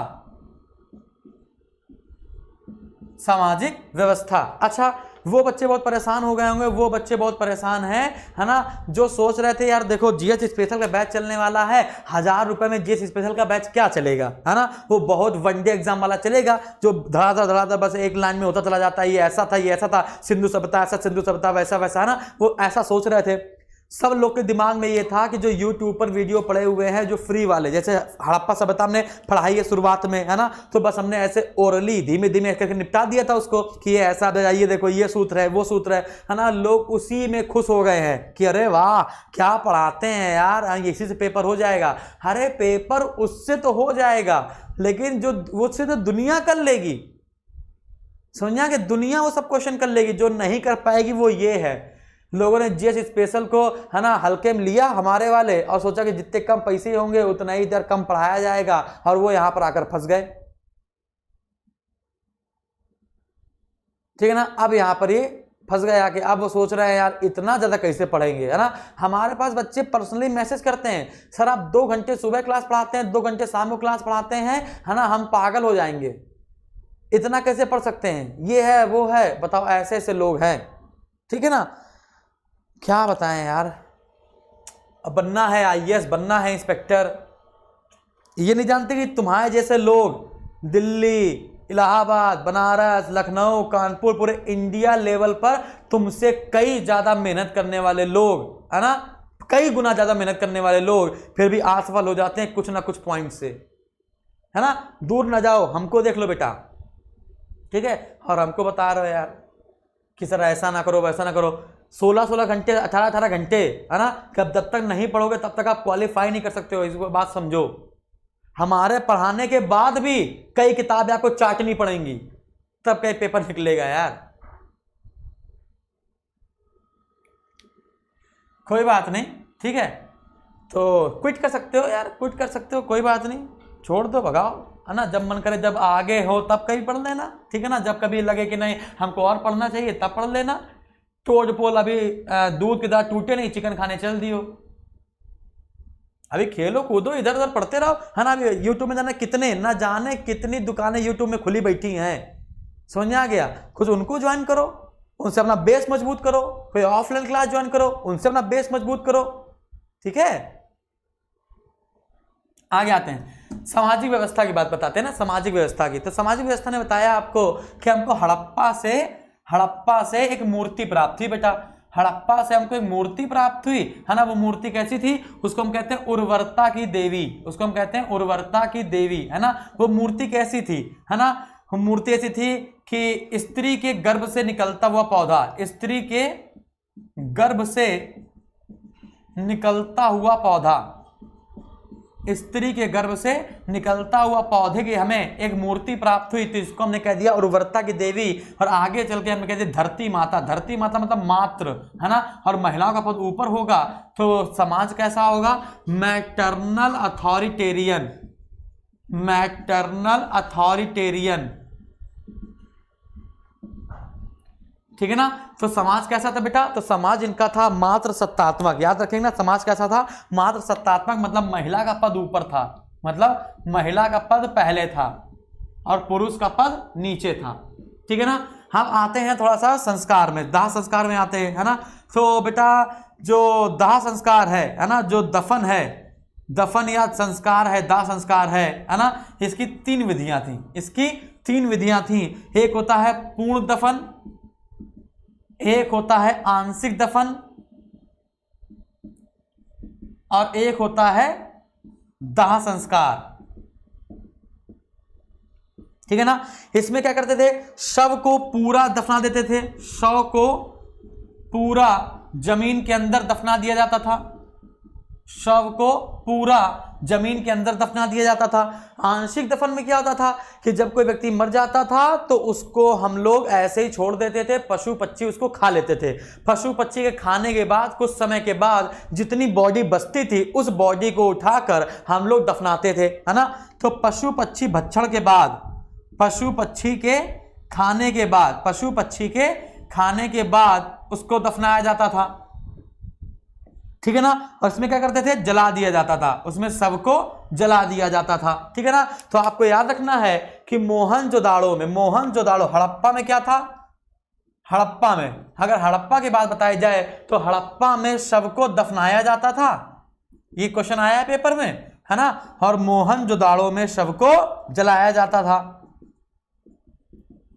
मोहनजोदाड़ो में शव को जलाया जाता था, है ना। और बाकी जो नगर बचेंगे, बाकी जो नगर बचेंगे, है ना, वहां पर ये 3 विधियां अपनाई जाएंगी, बाकी जो नगर बचेंगे वहां पर ये 3 विधियां अपनाई जाएंगी। तो ये 3 विधियां कहां पर नहीं चल रही थी, सिर्फ 2 जगह। हड़प्पा में 3 विधि नहीं थी, हड़प्पा में सिर्फ एक ही विधि थी, दफना दिया जाएगा और मोहनजोदाड़ो में जला दिया जाएगा। और बाकी जो नगर होंगे वहां पर ये 3 विधियां अपनाई जाती थी। बात समझ आ रही बेटा, यहां पर ये 3 विधियां अपनाई जाती थी। बात समझ आ रही बेटा, कोई समस्या नहीं ना। अच्छा, अब जो कपड़े थे वो 2 प्रकार के होते थे, है ना। सूती वस्त्र भी पहनते थे, सूती वस्त्र भी हमको मिले हैं और ऊनी वस्त्र भी मिले हैं। आभूषण जो हैं वो महिला भी पहनती है, पुरुष भी पहनते हैं, है ना। महिला भी पहनती है और पुरुष भी पहनते हैं। और अगर ये मनोरंजन के लिए शतरंज खेलते थे, नृत्य करते थे, शिकार करते थे, पशुओं की लड़ाई करवाते थे, पासे का खेल खेलते थे, है ना। पासा मतलब शतरंज, उस पासे के खेल को हम शतरंज का नाम दे रहे हैं यहाँ पर, ठीक है ना। तो अगर हम लोग बात करें,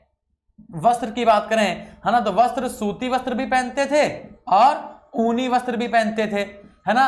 अब जो आभूषण है, जो आभूषण है वो नारी भी पहनते थे, है ना, नारी भी पहनती थी और पुरुष भी पहनते थे, है ना। आभूषण दोनों लोग पहनते थे। हम मनोरंजन के रूप में, मनोरंजन के रूप में क्या करते थे, लोग पाशा का खेल खेलते थे, नृत्य करते थे, शिकार करते थे, है ना। और क्या बताया हमने, पशुओं की लड़ाई करवाया करते थे, पशुओं की लड़ाई करवाया करते थे, समझ आ गया। तो ये इनके मनोरंजन के साधन थे। तो यहाँ पर हमने क्या पढ़ा बेटा, यहाँ पर हमने पढ़ा सामाजिक व्यवस्था, ठीक है ना। यहाँ पर हमने क्या पढ़ी है भैया, यहाँ पर हमने सामाजिक व्यवस्था पढ़ी, ठीक है ना। तो अब सामाजिक हो गया, राजनीतिक हो गया, नगर नियोजन हो गया, सड़क हो गया, गली हो गई, नालियां हो गई। अब हम लोग आते हैं धार्मिक व्यवस्था में, हम लोग आते हैं धार्मिक जीवन में। तो आपने क्या देखा, आपने देखा कि धार्मिक जीवन में लोग पूजा किसकी कर रहे हैं, तो पूजा कर रहे हैं मातृ देवी की। किसकी पूजा कर रहे हैं भैया, मातृ देवी की। हमको एक मुहर प्राप्त हुई, उस मुहर में हमको 3 मुंह वाला एक आदमी दिखा, एक मुहर प्राप्त हुई हमको, जिसमें मोहनजोदाड़ो से हमको एक मुहर प्राप्त हुई जिसमें हमको एक 3 मुंह वाला एक आदमी दिखा। उस 3 मुंह वाले आदमी जो है वो योग साधना की मुद्रा में बैठा हुआ है, योग साधना की मुद्रा में बैठा हुआ है ना। और उसके बाईं ओर, उसके है ना बाईं ओर गेंडा और भैंसा है ना, उसके बाईं ओर गेंडा और भैंसा है, दाईं ओर हाथी और बाघ है, और उसके जमीन पर हिरन बैठे हुए हैं, 2 हिरन बैठे हुए हैं, ठीक है ना। कुछ लोगों ने कहा कि ये कौन होगा यार, कुछ लोगों ने सोचा ये कौन होगा। तो भैया हमने सोचा है, देखो भैया सारे जानवर इसी के इर्द गिर्द बैठे हैं, सारे जानवर इसी के इर्द गिर्द बैठे हैं, तो ये पशुओं का मालिक होगा, या फिर लोग इसकी पूजा करते होंगे क्योंकि ये पशुओं पर नियंत्रण रखता होगा। तो आगे चलकर हमने इसका नाम धर दिया पशुपति। हमने इसका नाम क्या धर दिया भैया? पशुपति। फिर आगे चलकर सर जॉन मार्शल ने बताया कि इन्हें आद्य शिव कहा जाता है, यही पशुपति शिव जी का रूप है। लेकिन तब तक पशुपति को मान्यता दे दी गई थी, तो आप आंसर लगाएंगे पशुपति। क्या लगाएंगे भैया? पशुपति। समझ में आ गया? तो अगर हम धार्मिक जीवन की बात करें तो मातृ देवी की पूजा करते थे, पशुपति यानी कि भोलेनाथ यानी कि शिव जी की पूजा किया करते थे, है ना, लिंग योनि की पूजा किया करते थे, है ना, वृक्षों की पूजा किया करते थे, पशुओं के जलों की पूजा किया करते थे, ठीक है ना। तो इस प्रकार से, तो अगर आपसे कह दिया जाए कि किसकी किसकी पूजा करते थे, तो हमने आपको बताया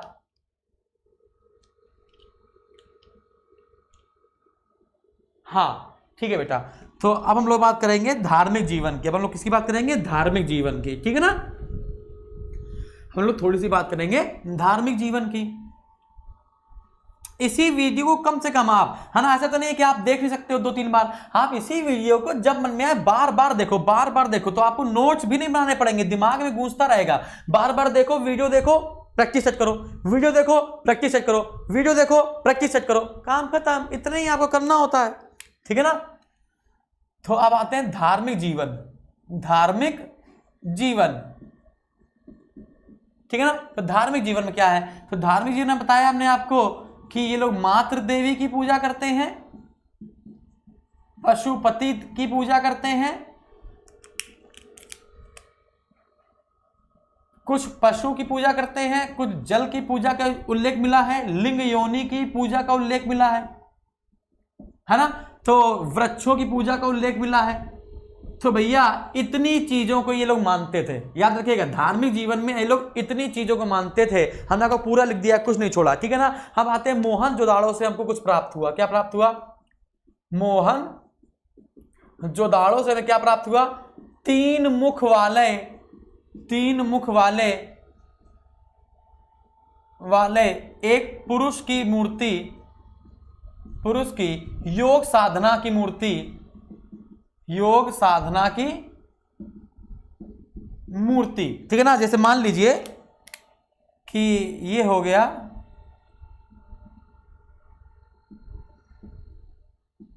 है ना, इस प्रकार से योग साधना की मूर्ति है ना। ऐसे इसको मान लिया जाए तो इसके बाईं ओर कौन बैठेगा, है ना, इसका बायां कौन होगा? जैसे ये है तो बायां ये होगा ना, तो ये हो गया लेफ्ट और ये हो गया राइट, है ना। तो बाईं ओर कौन होगा? बाईं ओर गेंडा बैठा होगा और भैंसा होगा। दाईं ओर कौन है? हाथी होगा और बाघ होगा। और नीचे क्या होंगे? 2 हिरन होंगे। 2 क्या होंगे? हिरन होंगे। क्लियर है? तो इसको हमने क्या कहा है? इसी को हमने कहा है पाशुपति। और इसी पाशुपति को, है ना, सर जॉन मार्शल ने, इसी पाशुपति को, अगर पेपर में आ जाए पशुपति को शिव जी कहकर किसने पुकारा, तो पशुपति को शिव जी कहकर सर जॉन मार्शल ने पुकारा। क्या कहा था? आद्य शिव। इन्हीं पाशुपति को उन्होंने क्या कहा था? आद्य शिव कहा था। इन्हीं पाशुपति को क्या कहा था भैया? आद्य शिव कहा था। बात समझ में आ रही बेटा? क्लियर है? डन है? कोई दिक्कत नहीं? सारी बातें समझ में आ गई? अच्छा, हड़प्पा सभ्यता से हमको और भी चीजें मिली हैं, जैसे कि हड़प्पा से हमको स्वास्तिक का चिन्ह मिला। हड़प्पा से हमको क्या मिला भैया? स्वास्तिक का चिन्ह मिला। हमको एक चक्र का चिन्ह मिला, हमको एक चक्र का चिन्ह मिला, और हमको एक क्रॉस का चिन्ह मिला, है ना। तो धार्मिक चीजें हैं कि नहीं है? स्वास्तिक का भी चिन्ह मिला, चक्र का भी चिन्ह मिला और क्रॉस का भी चिन्ह मिला। तो अगर आपसे कह दिया जाए कि बताइए धार्मिक जीवन पर प्रकाश डालिए, तो धार्मिक जीवन पर प्रकाश हमने डाल दिया है पूरे तरीके से। तो हड़प्पा से हमको स्वास्तिक का चिन्ह मिला, चक्र का चिन्ह मिला और क्रॉस का चिन्ह मिला। तो धर्मों से संबंधित है ना बेटा? ये क्या है बेटा? धर्मों से संबंधित है। डन है?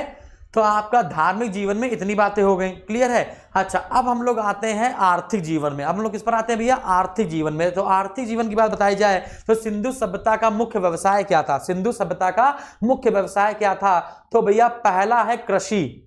अगर कृषि अच्छी हो जाएगी तो हमें किसी दूसरे से कुछ खरीदना नहीं पड़ेगा, और कृषि अच्छी नहीं हुई तो हमको व्यापार करना पड़ेगा, ठीक है ना। तो अच्छा, अगर आपसे कह दिया जाए सिंधु सभ्यता का मुख्य व्यवसाय क्या था, तो आपको लगाना है कृषि था। जब कृषि ऑप्शन में ना हो तब आपको लगाना है क्या? व्यापार। तब आपको क्या लगाना है भैया? व्यापार लगाना है। बात समझ में आ रही है? अब कृषि की बात की जाए तो जब बाढ़ आएगी तब तो करेगी, नहीं तो बाढ़ नवंबर महीने में उतर जाती थी। सिंधु क्षेत्र में जो बाढ़ है वो नवंबर महीने में नीचे आ जाती थी, है ना। तो नवंबर में ये लोग अपने बीज बो देते थे, और अप्रैल महीने में ये लोग अपने बीज काट लेते थे, है ना। तो गेहूं हो गया, जौ हो गया, कुल 9 प्रकार की फसल हमको प्राप्त हुई है। कितने प्रकार की भैया? कुल 9 प्रकार की फसल हमको प्राप्त हुई है, ठीक है ना। कुल 9 प्रकार की हमको फसल प्राप्त हुई है। और हमको जुते हुए खेत भी मिले हैं। जुते हुए खेत का साक्ष्य सबसे पहले हमको कालीबंगन से मिला, है ना, जिसपे हल लगा हुआ था, ठीक है ना। और जो हल था वो लकड़ी के हल का प्रयोग करते थे। शायद ये लोग शायद इसलिए कह रहे हैं, है ना, क्योंकि ऐसा लगा हमको, ठीक है ना, कि विद्वानों को, ठीक है ना, आपको ऐसे लगाना है पेपर में, ठीक है ना, कि कालीबंगन से हमको सबसे पहले जुते हुए खेत के साक्ष्य मिले थे, है ना। अब कालीबंगन कहाँ है? राजस्थान में है ना। और शायद ये लोग लकड़ी के हलों का प्रयोग करते थे और फसलों को काटने के लिए पत्थर के हंसियों का प्रयोग करते थे, याद रखिएगा। हालांकि मुझे पता है कि हड़प्पा सभ्यता को कांस्य युगीन सभ्यता कहते हैं, लेकिन कांसे का सामान मिले तो सही, कांसे के औजार नहीं मिल रहे हैं, मूर्तियां मिल रही हैं, औजार नहीं मिल रहे हैं। समझ आ रही है? हमको हसिया मिल गया, कैसा? पत्थर वाला हसिया, ठीक है ना। और 9 प्रकार की फसलों का टोटल इनको ज्ञान था, जिसमें ये लोग कहते हैं, माना जाता है कि गेहूं की 3 प्रकार की किस्में पैदा करते थे। गेहूं की 3 प्रजातियां ये लोग उगाते थे, है ना। गेहूं की 3 प्रजातियां उगाते थे, जौ की 2 प्रजातियां उगाते थे, है ना। तिल उगाया, सरसों उगाया, चावल उगाया, तरबूज उगाया, मटर उगाई, है ना, राई उगाई, रागी नहीं उगाई। रागी और तलवार ये दोनों से ये लोग, रागी, तलवार और लोहा, इन 3 चीजों से सिंधु सभ्यता के लोग परिचित नहीं थे। और आपसे कह दिया जाए सिंधु सभ्यता की सबसे प्रमुख फसल कौन सी थी, तो सबसे नंबर 1 पर आपको लगाना है गेहूं, और दूसरे नंबर पर आपको लगाना है जौ, ठीक है ना। पहले पे लगाना है गेहूं और दूसरे पे क्या लगाना है? जौ। बात समझ आ रही है? क्लियर है? और इनका अनाज का भंडारण कहां होता था? अनाज का भंडारण अन्नागार में होता होगा। अनाज का भंडारण कहां होता है भैया? अनाज का भंडारण अन्नागार में होता होगा। क्लियर है? डन है? क्लियर है? चलिए, अच्छा, आराम से कह दिया राजस्व के रूप में, है ना। जैसे मान के चलो राजा का अगर शासन होता होगा तो ये लोग टैक्स के रूप में क्या लिया करते होंगे किसानों से? तो टैक्स के रूप में किसानों से अनाज लिया करते होंगे, टैक्स के रूप में। ये सब शायद में चल रहा है, शायद में, और शायद में ही पूरा पेपर बनेगा, क्योंकि सिंधु सभ्यता की लिपि को अभी पढ़ा नहीं जा सका है। सिंधु सभ्यता की लिपि को पढ़ा नहीं जा सका है। दाईं ओर से बाईं ओर लिखी जाती है। इस लिपि में टोटल 400 अक्षर हैं। इस लिपि में टोटल 400 अक्षर हैं, जिसमें 64 मूल चिन्ह है। मूल चिन्ह मतलब जो सबसे ज्यादा बार देखे गए हैं उनकी संख्या 64 है, और कुल अक्षर संख्या है कितनी? हाँ, 400। और उन 64 मूल अक्षर को गोमूत्राक्षर कहते हैं। क्या कहते हैं भैया? गोमूत्राक्षर। और उनकी लिपि को कहते हैं बोस्ट्रोफोडन, या फिर अज्ञात, क्योंकि पढ़ी नहीं जा सकी है। समझ आ गया बेटा? क्लियर है? डन है? चलो आगे बढ़ें। तो अब हम लोग को क्या देखना है? तो हमने धार्मिक जीवन की बात कर ली, तो हम लोग किसकी बात करेंगे भैया? आर्थिक जीवन की। किसकी बात करेंगे बेटा? आर्थिक जीवन की बात करेंगे। तो आर्थिक जीवन में हम लोग पढ़ेंगे, देखते हैं भाई।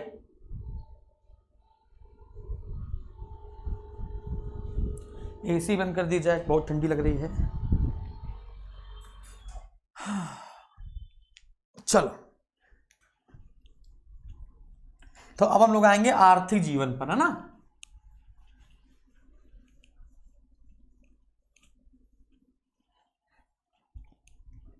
ठीक, इतना तो समझा रहे हैं बेटा, कितना समझा दे बताओ?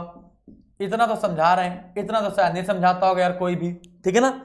तो आर्थिक जीवन में आते हैं। तो आर्थिक जीवन में अगर आपसे कह दिया जाए कि बताइए मुख्य व्यवसाय क्या था, मुख्य व्यवसाय क्या था, तो आपको बताना है नंबर 1 पर है कृषि, नंबर 2 पर है व्यापार। अभी मैं आपको बताऊंगा कि लोग व्यापार करते थे यानी कहां कहां से कौन कौन सी चीजें खरीदते थे, है ना। कहते हैं कि जो जलीय व्यापार है वो मकराना से होता था। मकराना पड़ता है ईरान के आसपास, है ना, मकराना से होता था। और जो स्थलीय व्यापार है वो ईरान और अफगानिस्तान से होता था। और जो बहरीन जिसको मोतियों का द्वीप कहते हैं, बहरीन द्वीप के जो व्यापारी थे इन दोनों के बीच में बिचौली का काम करते थे। ये इससे कनेक्ट करते थे, ये इससे कनेक्ट करते थे। तो बहरीन बीच का क्षेत्र पड़ता था जो दोनों में दलाली का काम किया करता था। ठीक है ना, ये हमको बहरीन के इतिहास से पता चला है, इस बात का पता। देखते हैं भाई, तो पहला लगाना है कृषि और दूसरा लगाना है व्यापार। आगे आते हैं, कृषि की बात की जाए तो कृषि 9 प्रकार की फसल उगाते थे लोग। कितने प्रकार की भैया?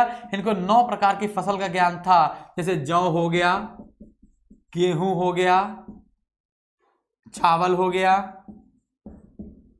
सरसों, तिल, तरबूज, ठीक है, राई, ठीक है, ये सब हो गया। तो इनको टोटल 9 प्रकार की फसलों का ज्ञान था। ठीक है ना, इनको टोटल 9 प्रकार की फसलों का ज्ञान था। ठीक है, अच्छा, और 9 प्रकार फसल थी जिनमें प्रमुख क्या थी? नंबर 1 पर प्रमुख ये थी और नंबर 2 पर प्रमुख ये थी। आज के प्रमुख फसल कौन सी थी? तो नंबर 1 पर गेहूं, नंबर 2 पर जौ। और आते हैं कि नवंबर महीने में बोते थे और अप्रैल महीने में लोग फसल काट लेते थे। अप्रैल महीने फसल काट लेते थे। तो सर्वप्रथम जुते हुए खेत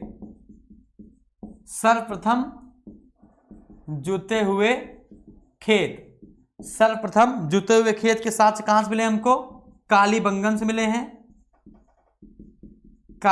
से मिले हैं। संभवतः लकड़ी का हल था और पत्थर का हसिया था। हसिया मतलब जिससे हम लोग काटते हैं चीजें, ठीक है ना। कालीबंगन से हमें सर्वप्रथम जुते हुए खेत के साथ मिले हैं, जहां से संभवतः पता चला है कि लकड़ी के हल का प्रयोग करते थे और पत्थर के हसिया का प्रयोग करते थे। ठीक है ना, डन है। अच्छा, इतने कोई समस्या नहीं। अच्छा, अब जो आपने जो ये 9 प्रकार की फसल देखी है, जौ, गेहूं, चावल, सरसों, तिल, तरबूज, हो गए होंगे 9 यार, 1 2 3 4 5 6 7 8 9, है ना। तो इसमें जो आपने कपास देखिए, जो कपास आप देख रहे हो, है ना, तो सबसे पहले तो आपको बताना है कपास में पाए जाने वाले प्रोटीन का नाम। जल्दी बताओ बेटा, कपास में पाए जाने वाले प्रोटीन का नाम। जी से शुरू है, जी से। अब बताओ, हमने आपको बताया भी है, पढ़ाया भी है। बताओ बेटा, कपास में पाए जाने वाले प्रोटीन का नाम। और कपास क्या है? फिर मैं आपको बताऊं, बेटा बताओ, नहीं तो पढ़ाना लिखा सब बेकार है आपको। हमें जो साइंस पढ़ चुके हैं हमसे वो बताएं।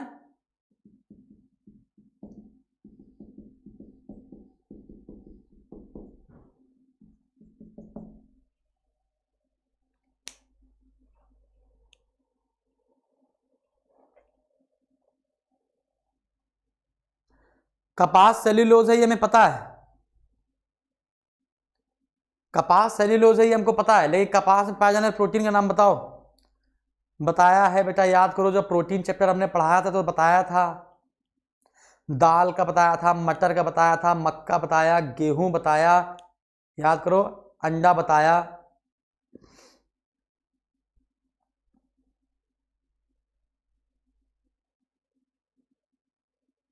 शुभम पटेल, तुम भी नहीं बता पा रहे बेटा? जो बच्चे होशियार वो तो बता ही लेंगे। चलो, मरियम फातिमा का आंसर आ गया, पंकज सिसोदिया का आंसर आ गया, ठीक है ना। कपास में पाए जाने वाले प्रोटीन का नाम है गैसोपीन, ठीक है ना, गैसोपीन। चलिए, इतनी आपको बात समझ में आ गई? इतने आपको कोई दिक्कत है ना? बताओ बेटा, इतने में कोई दिक्कत है क्या? इतने में कोई दिक्कत नहीं ना? डन है। तो हमने आपको कृषि बता दी, कृषि में आपको समझ में आ गया, कृषि में आपको इतनी बातें समझ में आ गई, 9 प्रकार की फसल समझ में आ गई, है ना, ये सब समझ में आ गया, व्यापार समझ में आ गया, कृषि समझ में आ गई, है ना, कब हम बोएंगे कब काटेंगे ये भी समझ में आ गया आपको, क्लियर है। तो अच्छा, हाँ, ये क्वेश्चन याद रखना है क्या क्या हमने आपको बताया था 4 प्रकार की, क्या बताया था हमने आपको 4 प्रकार की सभ्यताएं थी, मेसोपोटामिया, सुमेरियन की सभ्यता, चीन की सभ्यता, सिंधु घाटी सभ्यता। उन चारों सभ्यताओं में सबसे पहले कपास उगाने का श्रेय, सबसे पहले कॉटन उगाने का श्रेय किसको जाता है? तो आंसर लगाना है आपको सिंधु वासियों को जाता है। किसको जाता है भैया? सिंधु वासियों को जाता है, याद रखिएगा, सिंधु वासियों को जाता है, ठीक है ना। अब कृषि हो गया, व्यापार, व्यापार के बारे में बताते हैं। कृषि के बाद आता है पशुपालन, पशुपालन को देख लेते हैं भाई। कृषि देख लिया है तो हम लोग पशुपालन को देख लेते हैं। तो बताइए कौन कौन से जानवर ये लोग पालते होंगे, कौन कौन से जानवर ये लोग पालते होंगे, है ना। बैल, भेड़, बकरी, सुअर, ये सब पालते होंगे, ठीक है ना। तो पशुपालन में आते हैं। पशुपालन में तो लोग क्या क्या पालते होंगे? बैल, बकरी, बैल, बकरी, भेड़, सुअर। अब यहां पर आपको क्या याद करना है कि गाय की आकृति, है ना, गाय की आकृति, अभी तक हमें ऐसी कोई मूर्ति नहीं मिली जिस पर गाय की आकृति खुदी हो। हर आपसे कह दिया जाए इनका प्रमुख पशु कौन सा था, इनका प्रमुख पशु कौन सा था, तो सबसे ज्यादा हमको प्राप्त हुआ है एक मुहर में, है ना, बहुत ज्यादा जो मूर्ति प्राप्त हुई है, चित्र प्राप्त हुआ है, वो है कुबड़ वाला सांड। तो इनका जो प्रमुख पशु था वो था कुबड़ वाला सांड, याद रखिएगा।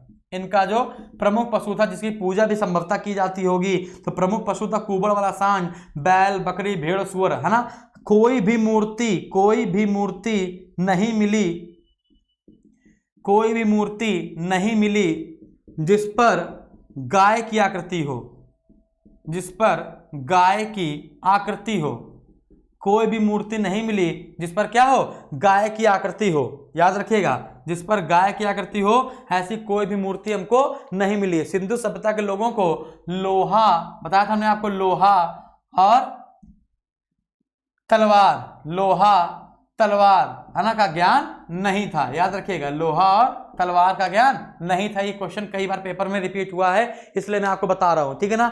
और जो घोड़ा है, घोड़ा, इसका भी प्रयोग ना के बराबर ही होता है। घोड़े का प्रयोग भी क्या है भैया? ना के बराबर ही होता है। घोड़े की जो मूर्तियां हैं या घोड़े की जो अस्थियां हैं, ये सिर्फ हमको 3 जगह से प्राप्त हुई हैं, वो भी बहुत लास्ट में प्राप्त हुई हैं। तो घोड़े का समान रूप से प्रयोग नहीं किया जाता होगा, क्लियर है। कहां से घोड़े के अस्थि पंजर मिले हमको?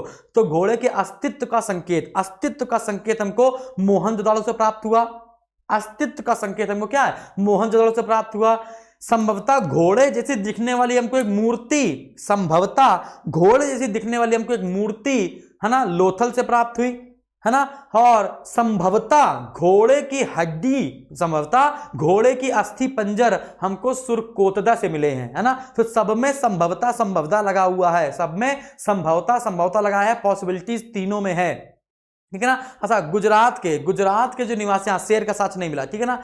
गुजरात के जो निवासी थे वो हाथी पालते थे, याद रखिएगा। गुजरात के अधिकतर जो नगर आपको बताए हमने, काठियावाड़ के हों और चाहे कच्छकरन के हों, तो गुजरात के निवासी हाथी पालते थे। यहाँ पर ये क्वेश्चन इंपॉर्टेंट है क्या, कि गुजरात के लोग हाथी पालते थे, गुजरात के लोग हाथी पालते थे, याद रखिएगा, गुजरात के लोग हाथी पालते थे, ठीक है ना। यहां पर हमने क्या बताया, जो घोड़ा है, घोड़ा सामान्यतः कम प्रयोग होता था, इसका प्रचलन ज्यादा नहीं होता था। अगर कह दिया जाए कि अगर आपसे कह दिया जाए कि बताइए घोड़े के अस्तित्व का संकेत, है ना, घोड़े का अस्तित्व के बारे में सबसे पहले कहां से पता चला, तो घोड़े के अस्तित्व के बारे में हमको मोहनजोदाड़ो से पता चला कि घोड़ा नाम की कोई चीज हुआ करती होगी यहां पर। अगला, संदिग्ध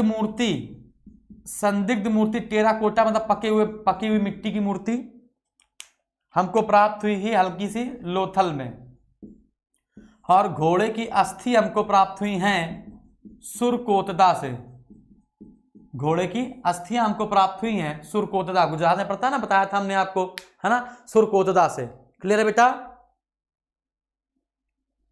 हाँ, गुजरात के लोग हाथी पालते थे, ठीक है ना बेटा। गुजरात के लोग क्या करते थे भैया? हाथी पालते थे। बात समझ में आ रही है?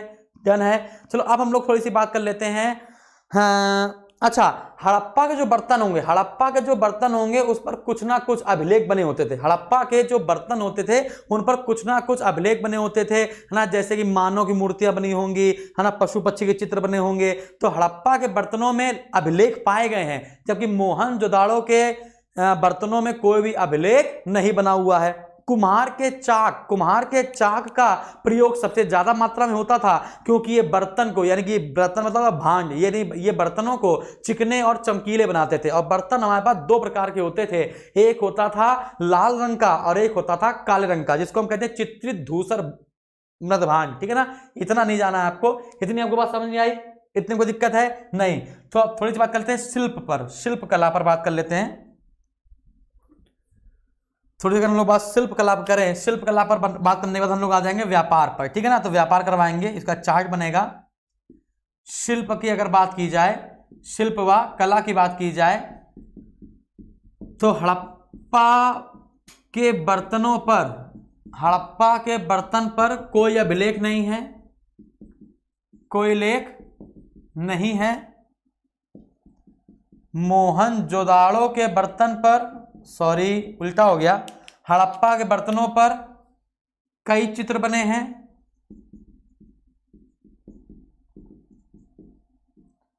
और मोहनजोदाड़ो के बर्तन पर कोई चित्र नहीं बना, कोई चित्र नहीं बना है। अगला पॉइंट क्या कह सकते हैं इसमें, कि जो मृद भांड या बर्तन हैं वो दो प्रकार के हैं, एक है लाल रंग के और एक है काला रंग का। तो मृद भांड क्या है भैया, दो रंग के हैं हमारे पास, एक क्या है, हाँ, लाल रंग का है और एक क्या है, काला रंग का है।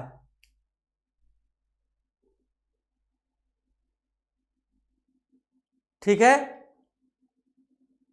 इतने में कोई दिक्कत बेटा नहीं। तो अब हम लोग किस पर आते हैं, तो अब हम लोग शिल्प पर बात हो गई है, तो थोड़ी सी बात कर लेते हैं व्यापार पर। अब हम लोग बात कर लेते हैं व्यापार पर, ठीक है ना, कि कहां से हम लोग क्या क्या खरीदते थे, कहां से हम लोग क्या क्या खरीदते थे। ठीक है ना, तो क्या क्या खरीदने वाली अगर बात आए, क्या क्या खरीदने वाले अगर हम लोग की बात आती है, तो आपको 3-4 देश हमेशा याद रखने पड़ेंगे। एक हो जाएगा आपका ईरान, एक हो जाएगा आपका अफगानिस्तान, है ना, ईरान और अफगानिस्तान बस याद कर लो, है ना, अधिकतर व्यापार यहीं से होगा। ईरान क्या होगा, ईरान अफगानिस्तान वाला क्षेत्र समझ रहे हो, मेसोपोटामिया वाला जो क्षेत्र है, जो मेसोपोटामिया वाला क्षेत्र है ना। हाँ, टेराकोटा, दीपक पाल, टेराकोटा समझते हो क्या होता है ना।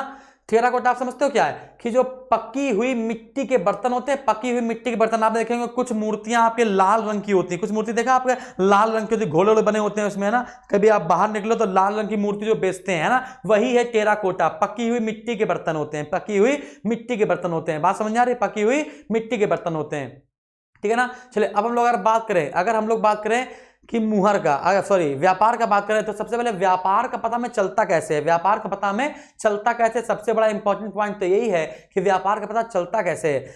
जो चीज हमने यहां पर प्राप्त करी, जो चीज मान लो भारत में मिल गई, वही चीज, जैसे कोई चीज यहां पर सिर्फ भारत में ही मिलती है और कहीं नहीं मिलती है, लेकिन वही चीज अगर पाकिस्तान में मिल जाए, वही चीज अगर अमेरिका में मिल जाए, वही चीज अगर अफगानिस्तान में मिल जाए, है ना, तो हम क्या सोचेंगे कि कहीं ना कहीं रिलेशन होगा। तो बेटा कुछ सील्स हैं, मुहर हैं, कुछ मुहर ऐसी हमको मिली जो यहां पर भी पाई गई और जो दूसरे देशों में भी पाई गई, तब हमको पता चला कि लोग आपस में संबंध होगा, व्यापार करते होंगे। तो सिंधु सभ्यता के व्यापार का पता में कैसे चलता है, तो मुहरों के माध्यम से चलता है। कैसे चलता है भैया, मुहरों के माध्यम से। सिक्के के नहीं चलते होंगे, है ना, सिक्के का प्रयोग नहीं किया जाता होगा, किसी चीज को बदलने के लिए वस्तु का प्रयोग करते होंगे। जैसे मान के चलो कि हमने किसी को ये मार्कर दे दिया, उसने हमको, है ना, एक वक्त की रोटी दे दी, हमने किसी को अपनी किडनी दे दी, है ना, नहीं ये नहीं देंगे। हमने किसी को अपना फोन दे दिया, हमने किसी को अपना फोन दे दिया और उसने हमें अपनी कुछ भी मान लिया, ठीक है ना। ठीक है, तो विनिमय यानी एक्सचेंज का जो साधन था वो वस्तु हुआ करती थी, जो एक्सचेंज का साधन हुआ करता था वो क्या होती थी भैया, क्या होती थी, वस्तु हुआ करती थी। ठीक है ना, तो अब हम लोग व्यापार पर बात करते हैं, थोड़ी सी बात व्यापार पर करते हैं। तो आपके पेपर में आ सकता है कहां से हम लोग क्या क्या चीजें खरीदते थे, या फिर कहां से क्या क्या चीजें लाई जाती थी।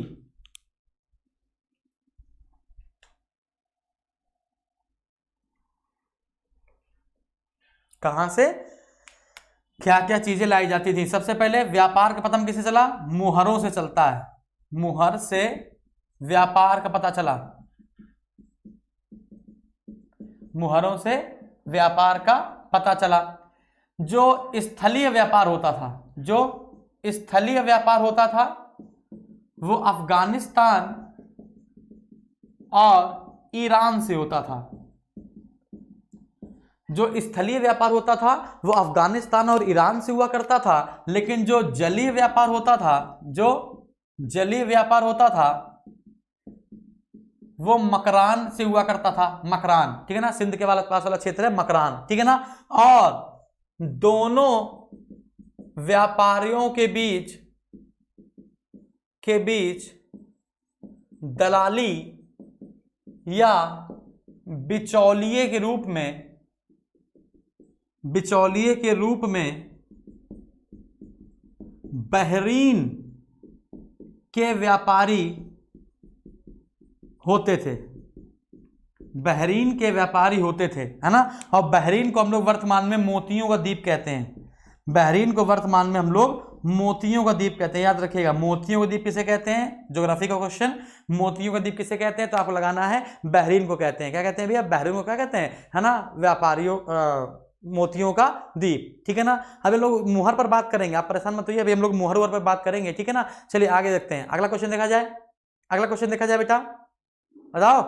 अब हम लोग को क्या देखना है, अब हम लोग को देखना है, चलो मुहर जब बता रहे हो तो मुहर बता देते हैं आपको। तो जो मुहर है ना, वो मुहर की आकृति आपसे पूछेगा कि कौन कौन सी मुहरें किस किस प्रकार की पाई गई हैं, ठीक है ना। तो अगर हम लोग बात करें तो जो मुहर की आकृति है वो बेलनाकार हो सकती है, घनाकार हो सकती है, आयताकार हो सकती है, वर्गाकार हो सकती है, ठीक है ना। तो अब यहाँ पर मुहर की आपसे कह दिया जाए मुहर किसकी बनी होती थी, तो मुहर सीए टाइट मतलब सेल खड़ी की बनी होती थी, सीए टाइट, ठीक है ना। तो जो मुहर है वो किसकी बनी, चूना पत्थर जानते हो ना, चूना पत्थर वाली पार्ट है ना, वही सेल खड़ी। तो मुहर किसकी बनी होती थी, सेल खड़ी की बनी होती थी। अगला पॉइंट क्या पूछ सकते हैं हम आपसे कि मुहर का आकार कैसा था। मुहर का आकार बेलनाकार था, आयताकार था, है ना, वर्गाकार था, ठीक है ना। कुछ इस प्रकार से याद करना है, बेलनाकार हो गया, आयताकार हो गया, है ना, इस प्रकार से। अब क्वेश्चन ये है कि लोथल से हमको इंपॉर्टेंट क्वेश्चन, ये इंपॉर्टेंट लिख सकते हैं यहां पर हम लोग। इंपॉर्टेंट ये है कि लोथल से हमको फारस की मुहर मिली है। फारस मतलब ईरान की जो मुहर है वो हमको कहां से मिली है, लोथल से। फारस की मुहर, फारस को कहते हैं बेटा ईरान, फारस को कहते हैं ईरान या पर्सिया या, है ना, फारस। लोथल से हमको फारस की मुहर मिली है और कालीबंगन से हमको बेलनाकार मुहर मिली है। कालीबंगन से हमको बेलनाकार मुहर मिली है, याद रखिएगा। लोथल से हमको फारस की मुहर मिली है और कालीबंगन से हमको क्या मिली भैया, है ना, बेलनाकार मुहर मिली है, याद रखिएगा। मुहर किसकी बनी होती थी, तो मुहर आपको लगाना है सेल खड़ी की बनी होती थी। किसकी भैया, सेल खड़ी की बनी होती थी। कोई दिक्कत है नहीं। अच्छा, विनिमय का साधन क्या बताया हमने, विनिमय, है ना, कि व्यापार होता था तो विनिमय, एक्सचेंज का साधन क्या बताया हमने आपको, विनिमय का साधन क्या होता था, वस्तु। कोई वस्तु, एक वस्तु दो, दूसरी वस्तु ले जाओ, ठीक है। अब हमको क्या देखना होगा, अब हमको देखना होगा कि हम लोग कौन सी चीज को कहां से खरीदते थे, है ना। तो अगर हम बात करें टिन की बात करें, सोना और चांदी की बात करें, तो टिन, सोना और चांदी, इनमें आपको देखा जाए कि हम लोग कहां से खरीदते थे।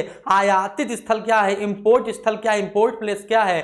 तो आपको दो चीजें याद रखनी है, एक है ईरान और एक है अफगानिस्तान। एक क्या है भैया, ईरान और एक है अफगानिस्तान, ठीक है ना। तो हम आपको एक ही बार में याद करा देंगे, हम आपको एक ही बार में याद करा देंगे। हाँ, कालीबंगन से बेलनाकार मुहर मिली है और लोथल से हमको फारस की यानी ईरान की मुहर हमको मिली है, ठीक है।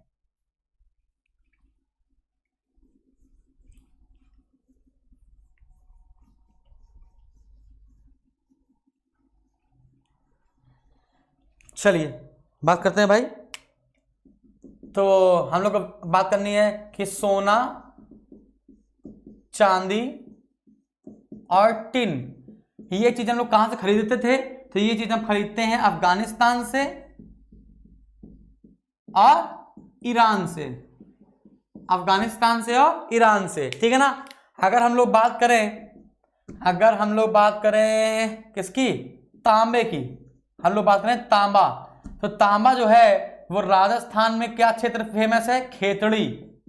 तो तांबा हम लोग राजस्थान में खेतड़ी से लेके आते थे, ठीक है ना। और कहां से खरीदते थे भैया, और खरीदते थे बलूचिस्तान से, बलूचिस्तान से। तो ये वो चीज है जहां से हम लोग खरीद खरीद के ला रहे थे, या फिर लोग खरीद खरीद के ले जा रहे हैं, ठीक है ना। सोना चांदी और टिन लोग कहां कहां खरीद के ले जाते थे? ईरान और अफगानिस्तान से खरीद के ले जाते थे, ठीक है ना। और तांबा मतलब कॉपर कहां से खरीद के ले जाते थे? राजस्थान और बलूचिस्तान से खरीद के ले जाते थे, ठीक है ना। अब आता है सीसा, और आपको पता है कि जो सीसा है उसके लिए राजस्थान की जावर की खान प्रसिद्ध है ना। आपको पता है ना, राजस्थान की जावर माइन, है ना बेटा। जो राजस्थान में जावर माइन है, बता दें आपको, राजस्थान में खान है जावर की खान, है ना। और जावर, जा से जावर और जा से जस्ता, है ना। और सीसा, जहां पर जस्ता पाया जाएगा, याद रखिएगा, जहां पर जस्ता पाया जाएगा वहां पर सीसा जरूर पाया जाएगा। जस्ता जहां पाया जाएगा वहां पर सीसा जरूर पाया जाएगा। क्लियर है? इसलिए इन दोनों को हम लोग खनिजों की जुड़वा बहन कहते हैं। इसलिए जस्ता और सीसा को हम लोग खनिजों की जुड़वा बहन कहते हैं, क्योंकि हमेशा एक साथ पाए जाते थे। तो आपसे कह दिया जाए कि बताइए हम लोग जस्ता या सीसा कहां से परचेस करते होंगे? तो राजस्थान की जावर खान से हमको परचेस कर सकते हैं। राजस्थान की जावर खान से हम लोग क्या करते हैं? इसको परचेस कर सकते हैं, ठीक है ना। तो सीसा हम लोग कहां से परचेस कर सकते हैं? जस्ता और सीसा तो राजस्थान की जावर खान से, ठीक है ना। और सीसा और भी जगह से प्राप्त कर सकते हो, ईरान से, अफगानिस्तान से, ठीक है ना। तो ईरान और अफगानिस्तान लोग नहीं जाते थे, हम लोग राजस्थान से खरीदने की कोशिश करते थे, ठीक है ना बेटा। क्लियर है? अच्छा, तो यहां लिख दिए, हम यहां लिख देते हैं जस्ता और सीसा। तो ये हम लोग राजस्थान से खरीद सकते थे। राजस्थान में माइन है कौन सी? जावर। और नहीं तो अगर आपको यहां नहीं खरीदना है तो आप अफगानिस्तान और ईरान भी जा सकते हो, वहां पर भी आपको ये चीजें मिल जाएंगी खरीदने को। अब आते हैं नील रत्न की। नील रत्न मतलब होता है कि अमूल रत्न, जैसे बताया था नीलम, पन्ना, मणिक, कोरंजम, पुखराज, ये सब चीजें। तो इसको खरीदने के लिए आपको बदख्शां जाना पड़ेगा। बदख्शां पड़ता है अफगानिस्तान में, बदख्शां पड़ता है अफगानिस्तान में। शिलाजीत जानते हो? शिलाजीत हर कोई जानता होगा। शिलाजीत कहां पाया जाता है? सबको पता है, हिमालय के क्षेत्र में। तो हिमालय क्षेत्र से हमको क्या खरीदना पड़ता था भैया? शिलाजीत। क्लियर है बेटा?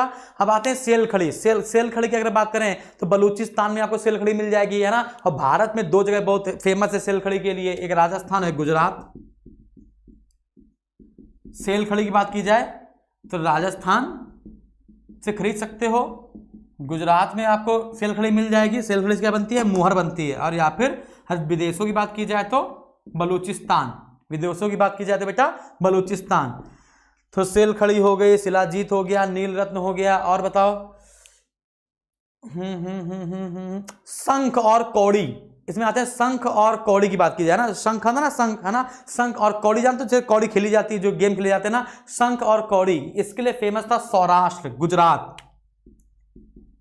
शंख और कौड़ी इसके लिए फेमस है गुजरात, यानी सौराष्ट्र। गुजरात में कौन सा क्षेत्र? सौराष्ट्र, ठीक है ना। बस इतना अगर आपने पढ़ लिया बहुत है यार। इतना आपको लग रहा है कम है? इतना तो बहुत ज्यादा है। ये आपको लग रहा है कम है, लेकिन इतना बहुत है बेटा। हाँ, अब जैसे लाजवर्त है ना, लाजवर्त बेटा पूछा नहीं जाता है। लाजवर्त आप बदख्शा से खरीद सकते हो। लाजवर्त आप क्या करते हो? बदख्शा से खरीद सकते हो, है ना। अगर दूर जाना तो मेसोपोटामिया निकल जाओ, जैसे अनामिका कुमारी जैसे बता रही है ना, है ना, वैसे, ठीक है ना। तो लाजवर्त जो है वो आप बदख्शा से खरीद सकते हो, मेसोपोटामिया खरीद सकते हो। ऐसे इसी प्रकार से जो फिरोजा है वो ईरान से खरीद सकते हो। लेकिन ये नहीं आता ना बेटा पेपर में, ठीक है ना, नहीं आता, इसलिए नहीं बता रहे, नहीं तो हम आपको और भी चीजें बताते, ठीक है ना। वैसे इतना हम लोग पढ़ लें, इतना अगर हम पढ़ लें तो काम हो जाएगा, ठीक है ना। इतना अगर हम पढ़ लें तो हमारा काम अच्छे से हो जाएगा, और हमको कोई भी व्यक्ति, है ना, कभी भी परेशान नहीं कर सकता, ठीक है ना। कोई भी पेपर हमको कभी परेशान नहीं कर सकता। अगर हमको इतना पढ़ लिया हम लोगों ने तो कोई भी हमको परेशान नहीं कर सकता। बात समझ आ रही बेटा? बात क्लियर है? डन है? आगे बताया जाए। अच्छा, अगर मैं आपसे पूछूं मुहर अगर सेल खड़ी की बनी थी, जैसा कि जो सेल खड़ी की क्या बनी थी? मुहर बनी थी। अगर मैं आपसे कुछ पूछूं कि जो मुहर थी वो सेल खड़ी की बनी थी, लोथल से हमको फारस की मुहर मिली है, कालीबंगन से बेलनाकार मुहर मिली है, तो आज कह दीजिए सबसे ज्यादा मुहर, सर्वाधिक मुहरें हमको कहां से मिली हैं? लगभग 2000 मुहरें हमको मिली हैं। 2000, उन 2000 में से 500 मुहर, 2000 मुहरें पूरी सिंधु सभ्यता से हमको मिली हैं। उनमें से अकेले 500 जो मुहर हैं वो अकेले मोहनजोदाड़ो से मिली हमको। तो 500 मुहर हमको लगभग कितना से मिली है? मोहनजोदड़ो से। सबसे ज्यादा मुहर हमको मोहनजोदड़ो से मिली है। और मुहरों किसकी बनी होती थी? सेलखड़ी की बनी होती थी। सेलखड़ी हम कहां से खरीद के लाते थे? राजस्थान से, गुजरात से और बलूचिस्तान से। और मुहरों की संख्या कितनी है? लगभग सिंधु सभ्यता में तो आंसर लगाना है 2000, ठीक है ना, 2000, ठीक है। अच्छा, अगर हड़प्पा में जो हमको मुहर मिली है, बताया था आपको हड़प्पा में जो मुहर मिली है उसमें बर्तन, उसमें चित्र बने हुए हैं, ठीक है ना। तो अगर कह दीजिए हड़प्पा के मुहरों में सबसे ज्यादा किसका चित्र बना हुआ है? हड़प्पा के मुहर में सबसे ज्यादा किसका चित्र बना हुआ है? तो हड़प्पा के मुहरों में सबसे ज्यादा चित्र बना हुआ है एक सींग वाले पशु का, एक सींग वाले सांड का, ठीक है ना। एक सींग वाले पशु का, मान लो सांड है कि बैल है कि गेंडा है, वो नहीं पता चल रहा है, ठीक है ना। तो अगर आपसे कह दिया जाए कि हड़प्पा के मुहरों में, हड़प्पा के मुहर में सबसे ज्यादा क्या बना हुआ है? हड़प्पा की मुहर में, है ना, कौन सा चित्र सबसे ज्यादा बना हुआ है? चित्र सर्वाधिक बना हुआ है। तो आपको लगाना एक सींग वाला पशु, एक सींग वाला पशु, एक सींग वाला पशु, है ना। तो हड़प्पा के मुहरों में सबसे ज्यादा किसका चित्र बना हुआ है? तो एक सींग वाले पशु का चित्र बना हुआ है, ठीक है ना। बात क्लियर है बेटा? कोई दिक्कत है क्या? बताओ, कोई दिक्कत है क्या? डन? पक्का? ओके, गेंडा नहीं बेटा, एक सिंग वाला पशु लगाओ, गेंडा ना मत लगाओ, ठीक है ना। गेंडा ना मत लगाओ, क्योंकि गेंडा ऑप्शन में आएगा नहीं, बस एक सिंग वाला आपको आंसर देखना, काम लगा हो जाएगा आपका, ठीक है ना। एक सिंग वाला आपको आंसर देखना है। तो और भी क्या मुहर से क्वेश्चन बन सकते हैं? मुहर से और कोई क्वेश्चन याद आ रहा है आपके मन में? मुहर मुहर मुहर मुहर मुहर मुहर मुहर। एक क्वेश्चन और याद आया, बटन की आकृति वाला मुहर। बटन की आकृति वाला मुहर हमको कहां से प्राप्त हुआ है? तो बटन की आकृति वाला मुहर, बटन, ये क्वेश्चन आया मन में, बटन की आकृति वाला मुहर हमको कहां से प्राप्त हुआ? तो आंसर लगाना लोथल। बटन की आकृति वाला मुहर, है ना। तो मुहर से हमने आपको सारे क्वेश्चन बता दिए, है ना। बटन की आकृति वाला मुहर हमको कहां से प्राप्त हुआ है? तो आप लगाएंगे लोथल से प्राप्त हुआ है। बात समझ में आई बेटा? इतने में कोई दिक्कत है क्या? बताओ, इतने में कोई दिक्कत है? तो हमने आपको मुहर से सारे क्वेश्चन बता दिए, सामाजिक, आर्थिक, राजनीतिक जानकारी बता दी है। बताओ, तो अब हम लोग को शायद चर्चा करनी चाहिए कि हड़प्पा से क्या मिला, मोहनजोदड़ो से क्या मिला, किससे क्या मिला, अब हमको इससे जानकारी लेनी चाहिए। अरे हाँ कि ना? अब हम लोग अरे ये पढ़ लेंगे तो काम हो जाएगा, हैं? पक्का? आगे बढ़े? हाँ, बटन की आकृति वाला मुहर लोथल, आगे बढ़ा दिया बेटा, ठीक है। तो अच्छा बताओ, अब वो बताओ शव वाला, बताओ शव वाला पॉइंट, शव वाला पॉइंट बताओ कि हड़प्पा में शव को क्या किया जाता है? जल्दी से ऑप्शन आंसर बताइए। हड़प्पा में शव के साथ क्या किया जाता है? शव मतलब लाश, हड़प्पा में लाश के साथ क्या किया जाता है? मोहनजोदड़ो में लाश के साथ क्या किया जाता है? और शव के साथ कौन सी 3 विधियां अपनाई जाती हैं, है ना। वो 3 विधियों में क्या क्या है? जरा जल्दी से बताइए, जरा जल्दी बताइए।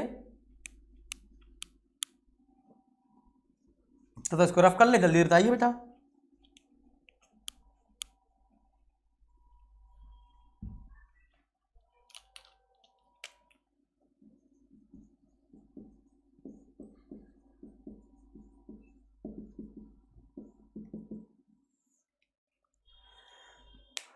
हाँ, दफनाया जाता है, जलाया जाता है। बेटा पूरा बताओ कहाँ क्या होता है, पूरा पूरा बताओ कहाँ पर क्या होता है, पूरा पूरा बताओ, ऐसा बताओ, पूरा पूरा बताओ कि कहाँ पर क्या होता है, जल्दी,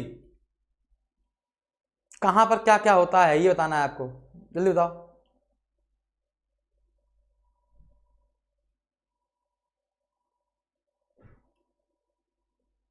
नहीं, हाँ हाँ आया आंसर, बहुत बच्चों का आंसर आ रहा है, यानी कि याद हो गया है लोगों को, हमारा याद हो गया है और सभी बच्चे सही आंसर बता रहे हैं। ओके, डन है, डन है, डन है।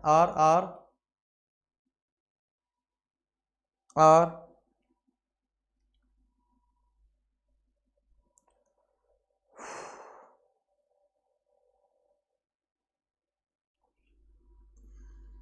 हम्म।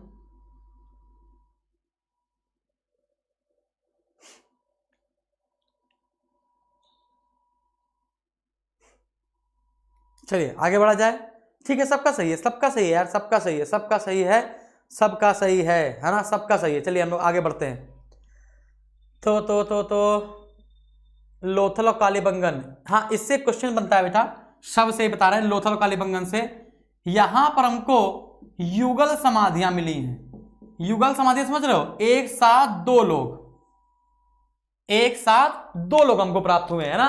तो अगर कह दिया जाए युगल समाधियां हमको कहां से प्राप्त हुई, यानी कि एक साथ दो लोगों को दफनाने की प्रक्रिया कहां पर होती थी, तो कालीबंगन और लोथल में हमको एक साथ दो युगल समाधियां मिली हैं। अच्छा, एक और बात बता दें आपको, मनुष्य के साथ कुत्ते को दफनाने की विधि थी। मनुष्य के साथ कुत्ते को दफनाने की विधि कहीं पर प्रचलित थी, है ना। जल्दी से इसका आंसर बताइए, मनुष्य के साथ कुत्ते को दफनाने की विधि कहां प्रचलित थी। इसका सबसे पहला साक्ष्य देखा गया है, इसका सबसे पहला साक्ष्य देखा गया है ना। हड़प्पा सभ्यता में ऐसी कोई भी साक्ष्य नहीं देखा गया मानव के साथ कुत्ते के साथ, है ना। लेकिन माना जाता है कि हड़प्पा काल का नहीं तो उसी के इर्द गिर्द होगा। तो मनुष्य के साथ कुत्ते को दफनाने की विधि का पहला साक्ष्य हमको प्राप्त हुआ है बुर्ज होम से। कहां से प्राप्त हुआ है, बुर्ज होम से। बुर्ज होम कहां पड़ता है, कश्मीर में, याद रखेगा। तो कश्मीर के बुर्ज होम से हमें मानव और कुत्ते को एक साथ दफनाने के साक्ष्य प्राप्त हुए हैं, जबकि लोथल और कालीबंगन से हमको युगल समाधियां प्राप्त हुई हैं, दो लोगों की समाधियां।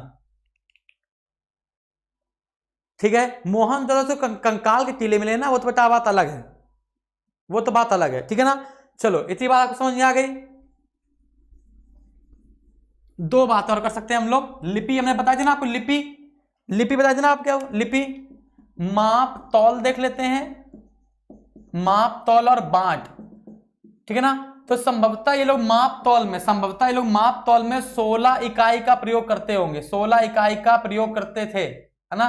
माप तौल में देखते ये लोग 16 इकाई का प्रयोग करते थे। बांट क्या करती, घनाकार, वर्गाकार, शंक्वाकार और बेलनाकार थी। बांट क्या करती, घनाकार, शंक्वाकार, वर्तुलाकार मतलब बेलनाकार और शंक्वाकार थी। 16 की इकाई का लोग प्रयोग करते होंगे, मतलब कि 16, 32, 48, 64, है ना, 80, है ना, इस प्रकार से, ठीक है ना। तो 16 के गुणज का लोग प्रयोग किया करते होंगे, है ना, ऐसा माना जाता है माप तौल में, ठीक है। माप तौल में लोग मानते हैं कि 16, 32, 48, 64, 80 इस प्रकार की चीजों का प्रयोग किया जाता होगा 16 की इकाई का, ठीक है ना। और बांट हमने आपको बता दिया है। और क्या कर सकते हैं हम लोग, लिपि की बात करते हैं, लिपि और भाषा का बात करते हैं, लिपि और भाषा की बात करते हैं, है ना। काफी लंबा जा रहा चैप्टर। हाँ, लिपि और, बस आपको याद हो गया ना, 16 की इकाई का प्रयोग करते हैं माप तौल में, इतना याद हो गया ना, बहुत है इतना। लिपि और भाषा प्रयोग करते हैं। तो भाषा, हम चित्र को देख देख के सब कुछ समझ रहे हैं, चित्र को देख देख के सब कुछ समझ रहे हैं, है ना। भाषा कैसी है, भाव चित्रात्मक है। भाषा कैसी भैया, तो भाषा है भाव चित्रात्मक, इसे कहते हैं पिक्टोग्राफ, इसे कहते हैं पिक्टोग्राफ, मतलब कि भाव चित्रात्मक, ठीक है ना। और लिपि कौन सी प्रयोग होती थी, लिपि अगर अक्षर की बात की जाए तो अक्षर, है ना, 250 से 400 अक्षर देखने को मिलते हैं। 250 से, हर मिनिमम आपसे अक्षर पूछे तो 250, मैक्सिमम पूछे तो 400, है ना। और मूल चिन्ह पूछे, इन अक्षरों के मूल चिन्ह, तो मूल चिन्हों की संख्या है 64, है ना, मूल चिन्हों की संख्या 64। और इन चिन्ह को कहते हैं गोमूत्राक्षर, गोमूत्राक्षर, है ना। और लिपि क्या है भैया, लिपि दाईं से बाईं ओर लिखी गई है, दाईं से बाईं ओर लिखी गई है। इसमें अपवाद चल रहा है, कोई कह रहा दाईं से बाईं है, कोई कह रहा बाईं से दाईं है, लेकिन हम लोग इसको पढ़ नहीं पाए हैं। तो लिपि कैसी है, अज्ञात है। कुछ लोग कहते हैं बोस्ट्रोफोडन, इसको ग्रीक की भाषा में बोस्ट्रोफोडन के नाम से जानते हैं, ठीक है ना। तो ये लिपि हो गई और भाषा हो गई, लिपि हो गई, भाषा हो गई, माप तौल हो गया, है ना। सामाजिक व्यवस्था, सामाजिक, आर्थिक, राजनीतिक, धार्मिक और पशुपालन, सड़क, नगर, नदी, भवन, सब तो हमने बता दिया आपको, खोज करता, हर एक चीज आपको बता दी, ठीक है ना। तो अब हम लोग देखेंगे कि कौन सी चीज कहां से प्राप्त हुई है। बस बेटा, ये सिंधु सभ्यता का लास्ट होगा कि कौन सी चीज कहां से प्राप्त हुई है। हड़प्पा से हमको क्या क्या मिला है, मोहनजोदाड़ो से हमको क्या क्या मिला है ना। कुछ इस प्रकार की चीज आपको देखने को मिलेगी। बस काम खत्म। अक्षर मीन्स लेटर, अक्षर मीन्स लेटर, ठीक है ना, अक्षर मीन्स लेटर, ठीक है ना। चलिए, तो सचिन यार इतना तो समझ में आता होगा, अक्षर मीन्स लेटर, शब्द मीन्स, है ना, वर्ड। बेटा युगल समाधान, युगल समाधि में सती प्रथा नहीं है बेटा। युगल समाधि मतलब की है कि नहीं, दो लोग आपस में, कोई दो लोग एक मोहल्ले में यहां मर गया, कोई एक मोहल्ले में यहां मर गया, तो दोनों को एक साथ दफना दिया गया गड्ढा खोद के, कुछ इस प्रकार से युगल समाधि है, ठीक है ना। ऐसा नहीं कि आदमी औरत की, आदमी मर जाएगी तो औरत को मार दिया जाएगा, या औरत मर जाएगी तो आदमी मार दिया जाएगा। समाज जब मात्र सत्तात्मक होगा तो ऐसा सती प्रथा कहां हो सकती है बेटा, जो महिला चाहेगी वही तो होगा, ठीक है, ओके। तो अब हम लोगों को आज का लास्ट है ना, सिंधु घाटी सभ्यता का लास्ट देखना है, और अपने आप को आप करने की कोशिश करेंगे। अपने आप प्रैक्टिस सेट ले आइए, आईएएस का ले आइए, पीसीएस का ले आइए, किसी का भी ले आइए और प्रैक्टिस सेट करना शुरू कीजिए। और 101% हम आपको बता रहे हैं, 101% आपको इंडस वैली सिविलाइजेशन में कोई फंसा नहीं सकता, ठीक है। तो देखते हैं भाई, अब हम लोग बात करते हैं हड़प्पा की। अब हम लोग बात करते हैं हड़प्पा की। तो हड़प्पा को ऋग्वेद में हरियूपिया के नाम से जाना जाता है, याद रखिएगा। ऋग्वैदिक काल बाद में आएगा, मतलब जब हम लोग कल क्लास करेंगे तो कल क्लास किसकी होगी, वैदिक काल की, यानी कल हम आपको वैदिक काल पढ़ाएंगे, है ना। वैदिक काल 2 भागों में बटा हुआ है, ठीक है ना। वैदिक काल 2 भागों में बटा हुआ है ना। गोमूत्राक्षर नाम है, जैसे बोस्ट्रोफोडर नाम है, वैसे गोमूत्राक्षर एक नाम दे दिया गया है ना। मूल चिन्हों को गोमूत्राक्षर नाम दे दिया गया है ना। इसको इंग्लिश में बोल सकते हो गौमूत्राक्षर ना, ऐसे बोल सकते हो, ठीक है। तो अगर हम लोग बात करें किसकी, क्या लिखा हुआ है, हाँ हड़प्पा की, है ना। तो हम लोग कल बात करेंगे वैदिक संस्कृति की, कल हम लोग वैदिक संस्कृति की बात करेंगे बेटा, ठीक है। घटना चक्र ठीक है, घटना चक्र में बहुत सारे क्वेश्चन गलत भी दिए हुए हैं, है ना। तो कहीं उसके आंसर सही दिए, कहीं उसके आंसर गलत दिए हैं। घटना चक्र ठीक है, ले आइए प्रीवियस ईयर की, ठीक है ना। चलो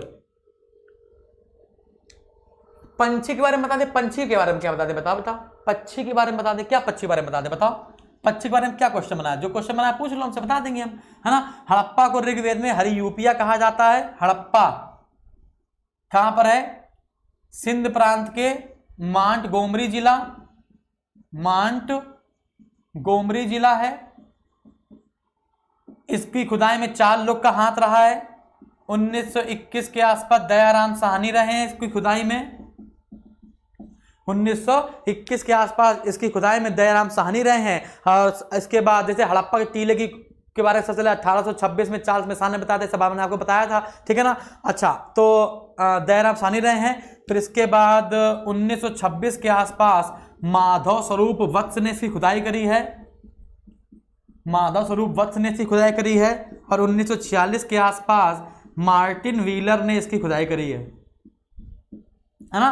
तो इसके उत्खननकर्ता 3 हो गए, नंबर 1, नंबर 2 और नंबर 3, ठीक है ना। तो आपसे कह दिया जाए बताइए हड़प्पा से संबंधित कौन सा व्यक्ति नहीं है, तो इन तीनों के अलावा जो भी चौथा ऑप्शन में आ जाए उसको लगा दीजिएगा, ये इसका आंसर नहीं होगा, ठीक है। और क्या क्वेश्चन हो सकता है कि हड़प्पा से क्या क्या चीजें प्राप्त हुई हैं, तो हड़प्पा से क्या क्या चीजें प्राप्त हुई हैं इसको देख लेते हैं भाई। हड़प्पा से क्या क्या चीजें प्राप्त हुई हैं, पता है आपको कि हड़प्पा जैसे टीले थे ना, हड़प्पा के टीले थे, ये मान लीजिए ये पश्चिम वाला टीला है, ये पूर्व वाला टीला है ना। तो टीले के पीछे हमें 6 पंक्ति में, हमें 6 पंक्ति में टोटल 12 अन्नागार प्राप्त हुए हैं। 6 पंक्ति के टोटल 12 अन्नागार प्राप्त हुए हैं, ठीक है ना। और हमको यहाँ पर हमको 2-2 कमरे के, यहाँ पर हमको 2-2 कमरे के बैरक मिले हैं, 2-2 कमरे के बैरक मिले हैं। और इस बैरक में कौन रहता होगा, इस बैरक में, है ना, जो नीचे काम करते होंगे, जो नीचे मतलब कि मजदूर काम करते होंगे, है ना, मजदूरों का घर मिल गया है, मजदूरों का घर मिला है, मजदूरों का घर मिला है ना। और इसी टीले के जस्ट पीछे हमको एक कब्रिस्तान मिला है। इसका नाम हमने R37 कब्रिस्तान रखा है, क्योंकि यहाँ पर कब्रों की संख्या थी 37 और उनकी आकृति कुछ इस प्रकार से बनी हुई थी, उनकी आकृति कुछ आर आकार से बनी हुई थी। और उसमें टोटल कितनी कब्र थी, टोटल 37 कब्र थी। तो हमने इसका नाम क्या दे दिया भैया, R37 कब्रिस्तान। तो यहाँ से हमको शंख से बना बैल मिला है, शंख से बना बैल मिला है। और आपको पता है ना, शंख और कौड़ी हम कहां से खरीद कर लाते थे, शंख और कौड़ी हम सौराष्ट्र से खरीद कर लाते थे, है ना। और बैल एक कुबड़ वाला सांड, है ना, कुबड़ वाला सांड इसका प्रमुख था, तो शंख से बना बैल मिला है ना। यहां से हमको सीप से बनी पटरी मिली है, सीप से बनी पटरी मतलब पैमाना, सीप से बनी हमको यहां से क्या मिली है भैया, पटरी मिली है। यहां से हमको मातृ देवी की मूर्ति मिली, बताया था हमने आपको, मातृ देवी की मूर्ति मिली है, नहीं बताया था कि एक औरत की मूर्ति मिली है जिसके पेट से पौधा निकल रहा है, इसे बताया था ना हमने आपको ना, एक औरत की मूर्ति मिली जिसके पेट से क्या निकल रहा है भैया, पौधा निकल रहा है, ठीक है ना। इतनी बात समझ में आई।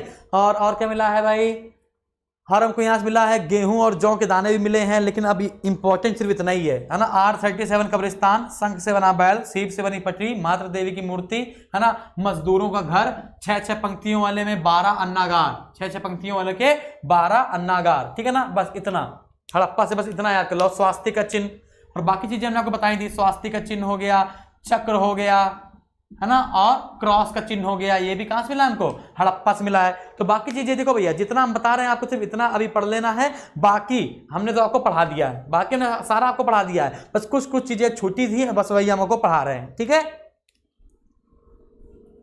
हमने आप एक सूत्र बता देते हैं आपको, सूत्र से आपका ये क्वेश्चन हो जाएगा, जैसे लिखा हुआ है, जब गोरी चली, तो हमने आपको बता देंगे, जब गोरी चली, है ना, तो जब गोरी चली में जा क्या है, जा से जौ है, बा से क्या है, बनावली है।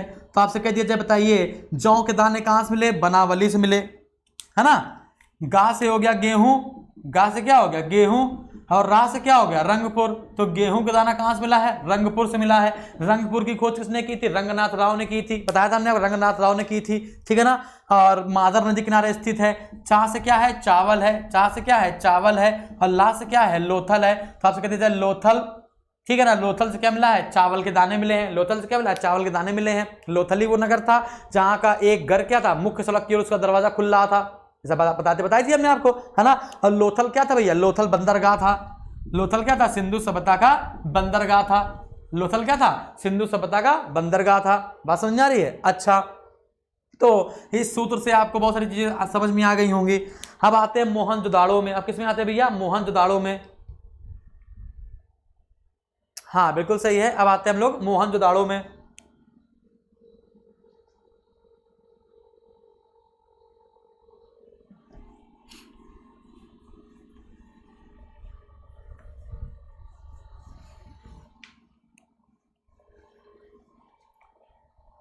मोहनजोदाड़ो की बात करते हैं।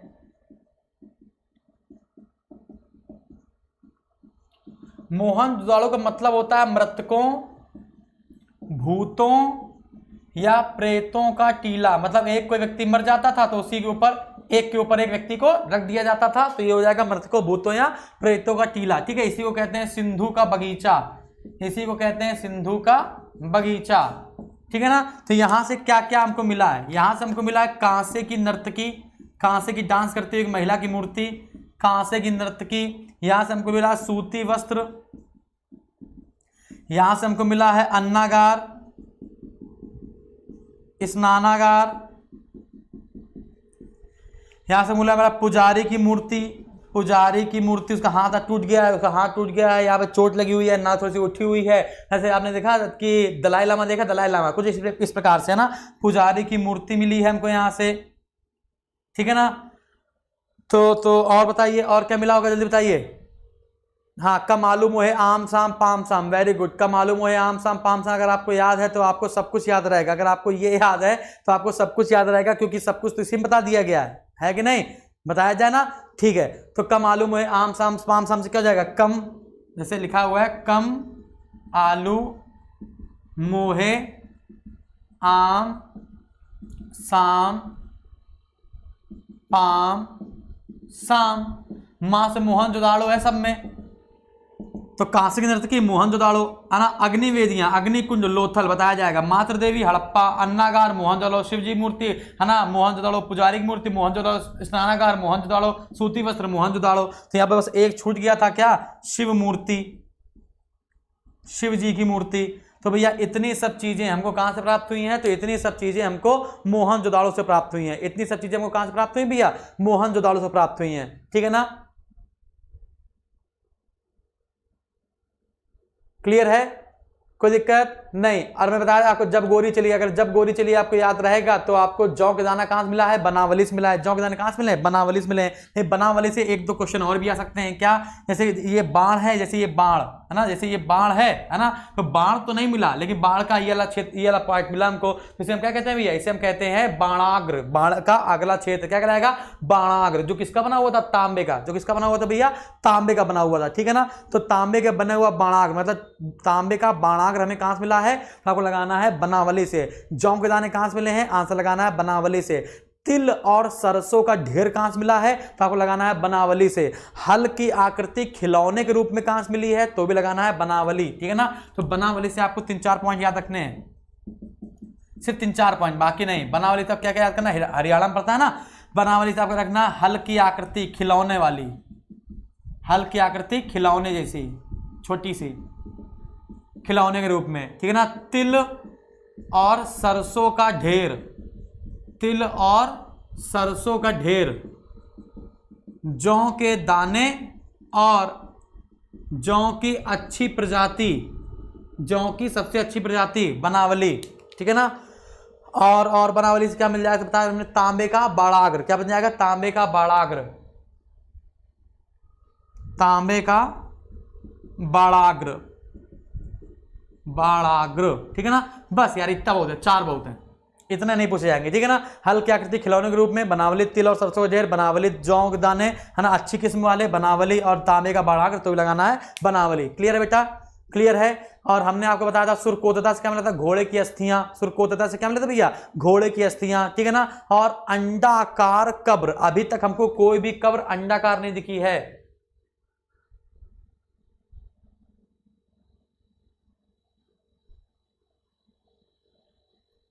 सौर सिंह कह रहे हैं कि सर हम आपको पहली सैलरी आपको दे देंगे हैं, और सैलरी के हम लोग पार्टी करेंगे, ठीक है ना, आधी देना फिर आधी हम लोग पार्टी करेंगे, ठीक है। ऐसा नहीं है यार, तुम्हारा सिलेक्शन हो जाए तुम हमारे पास आओ, तुम्हें पार्टी हम खुद देंगे, ठीक है। चलो, सुरकोतता से सिर्फ 2 क्वेश्चन, सुरकोतता से सिर्फ बेटा 2 क्वेश्चन है। एक लगाना है घोड़े की अस्थियां, और हमने आपको बताया है हालांकि ये कि घोड़े का अस्तित्व सबसे पहले मोहनजोदड़ो में देखने को मिलता है, घोड़े की संदिग्ध मूर्ति लोथल में देखने को मिलती है, और घोड़े की अस्थि हमको सुरकोतता से देखने को मिलती है। और क्या है, अंडाकार कब्र, अंडाकार कब्र। तो ये दोनों चीजें हमें कहां से मिलती है भैया, तो ये दोनों चीजें हमको मिलती है सुरकोतता से। हाँ, अंडाकार कब्र क्या है भैया, अंडाकार कब्र कहां से मिलता है, सुरकोतता से। बात समझ आ रही है, ठीक है ना। चलिए अब हम लोग किसकी बात करेंगे, कोट दीजी की, किसकी बात करेंगे भैया, कोट दीजी की, ठीक है ना। तो कोट दीजी, आप पता है आपको, काले रंग की चूड़ियां, काले रंग की चूड़ियां, है ना, अलंकृत ईंटें मतलब कि सजी हुई ईंटें, ईंटों पर डिजाइन, है ना, जुते हुए खेत, ये सब तो आपको कालीबंगन से मिले हैं। नहीं, कोट दीजी, का से कालीबंगन, का से काले रंग की चूड़ियां, और का से कोट दीजी, और का से कांसे की चूड़ियां, क्या भैया, कांसे की चूड़ियां, याद रखेंगे, कांसे की चूड़ियां, कोट दीजी, कोट दीजी, कांस के कोट दीजी, और का से कांसे की चूड़ियां, कांसे की चूड़ियां। अब लगे हाथ काली बंगन भी देख लेते हैं, काली बंगन, काली मतलब काला, बंगन मतलब बैंगल मतलब चूड़ियां, काले रंग की चूड़ियां यहां से प्राप्त हुई हैं, काले रंग की चूड़ियां, अलंकृत ईंटें मतलब कि सजी हुई ईंटें, जुते हुए खेत, बताया ना, जुते हुए खेत के साथ सबसे पहले काले बंगन में मिले थे, है ना, लकड़ी का हल होता था, पत्थर की सरिया, पत्थर की हसिया, काले रंग की चूड़ियां, अलंकृत ईंटें, जुते हुए खेत, ऊंट की हड्डियां, ऊंट की हड्डियां, बस, है ना, और कच्ची ईंटों का प्रयोग सबसे ज्यादा मात्रा में, ठीक है ना। क्लियर है बेटा, हाँ क्लियर है ना, पक्का। हाँ, कांसे की चूड़ियां कोट दीजिए, याद रखें, कांसे की चूड़ियां कोट दीजिए, कांसे की चूड़ियां कोट दीजिए, कांसे की चूड़ियां कोट दीजिए, ऐसे याद कर लो, कांसे की चूड़ियां कोट दीजिए, ठीक है ना, पक्का। आगे बढ़े, बताओ आगे बढ़ा जाए, आगे बढ़ा जाए। तो ये आपने याद कर लिया ना, ये आपने सबने याद कर लिया। काली बंगन और लोथल क्या है, युगल समाधियां बताई थी ना हमने, युगल समाधियां, वो सब याद रहेंगी। चूड़ियां मीन्स बैंगल्स, चूड़ियां मीन्स बैंगल्स, ठीक है, चूड़ियां मतलब क्या, बैंगल्स, ठीक है। आगे बढ़े, अब कौन सा नगर से क्या छूट रहा है, लोथल, लोथल छूट रहा है ना, लोथल, अब हेडिंग डालो लोथल, लोथल क्या है, बंदरगाह है, लोथल से क्या मिला है, चावल के दाने, लोथल से क्या मिला, चावल के दाने।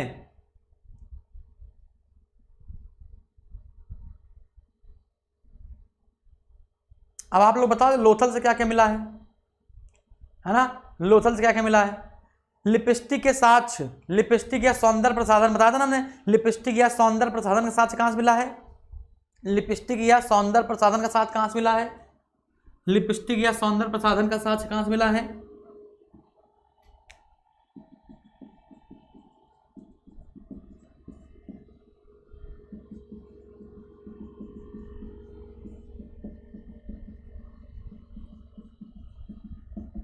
सौंदर्य प्रसाधन सांच मिला है। चंदोदड़ो में कोई भी दुर्ग नहीं था। चंदोदड़ो में कोई भी दुर्ग था क्या? तो चंदोदड़ो में कोई भी दुर्ग नहीं था, है ना।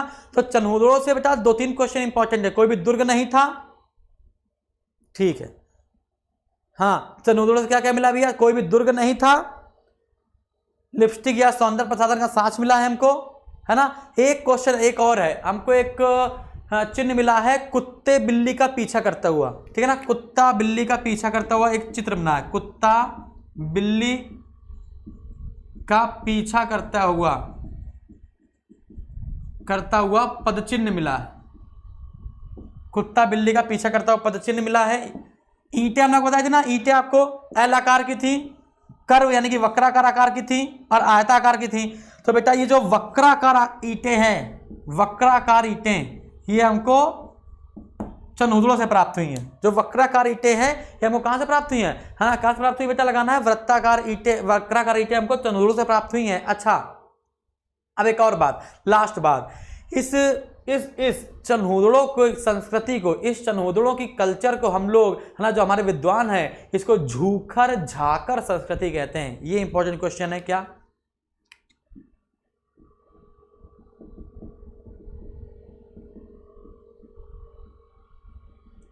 हाथ से कह दिया जाए, चंदोदड़ो की संस्कृति को किस नाम से जाना जाता है? तो झूखर झाकर, याद रखिएगा, झूकर झाकर। तो झूकर झाकर संस्कृति के नाम से, झूकर झाकर संस्कृति के नाम से हम लोग किस को जानते हैं? तो आपको लगाना है,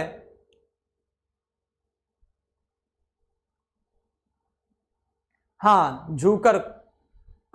सचिन कुमार पूछ रहे हैं कुत्ता मीन्स, सचिन तुम पागल हो गए हो, ठीक है, कुत्ता मीन्स डॉग। चलो बस इतना काफी है ना। लास्ट आता है लोथल। लोथल जानते हो लोथल क्या भी है? बंदरगाह है। लोथल क्या है? बंदरगाह है, ठीक है ना। लोथल क्या है? बंदरगाह है। घोड़े की संदिग्ध मूर्तियां से मिली थी, है ना, और 3 युगल समाधियां मिली थी। युगल समाधियां बताया ना, लोथल और कालीबंगन से मिली थी। लोथल और कालीबंगन से युगल समाधियां मिली थी, है ना। युगल मतलब होता है 2, 3, 4 कुछ भी मान लो, है ना। तो युगल मतलब डबल पे होता है, एक से ज्यादा। तो लोथल से आपको ज्यादा क्वेश्चन नहीं याद रखने हैं। लोथल से बंदरगाह मिला है, लोथल एक बंदरगाह है। अगला क्या बताते हैं? अगला है चावल का दाना मिला है, चावल का दाना। अगला क्या है? अग्निकुंड मिला है, अग्निकुंड मिला है।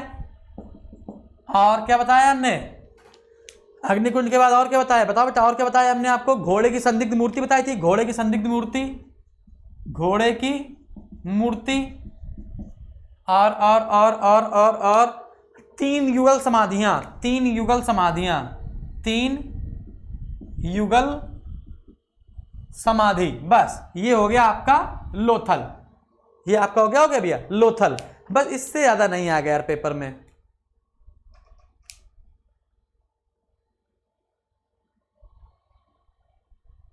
हाँ, तो 3 युगल समाधियां कहाँ मिली है? तो 3 युगल समाधियां आपको लोथल मिली है ना।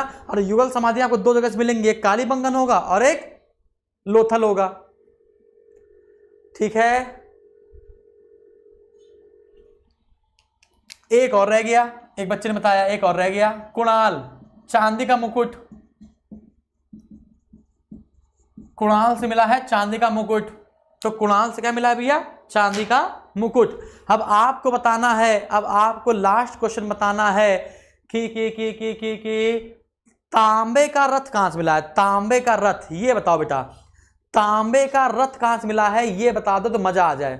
बताओ, तांबे का रथ कहां से मिला है? तांबे का रथ, तांबे का रथ। हाँ, एक शुभम पटेल ने एक क्वेश्चन पूछा था, शुभम पटेल ने क्वेश्चन पूछा था कि लघु हड़प्पा किसे कहते हैं? तो ला से लघु, ला से लोथल,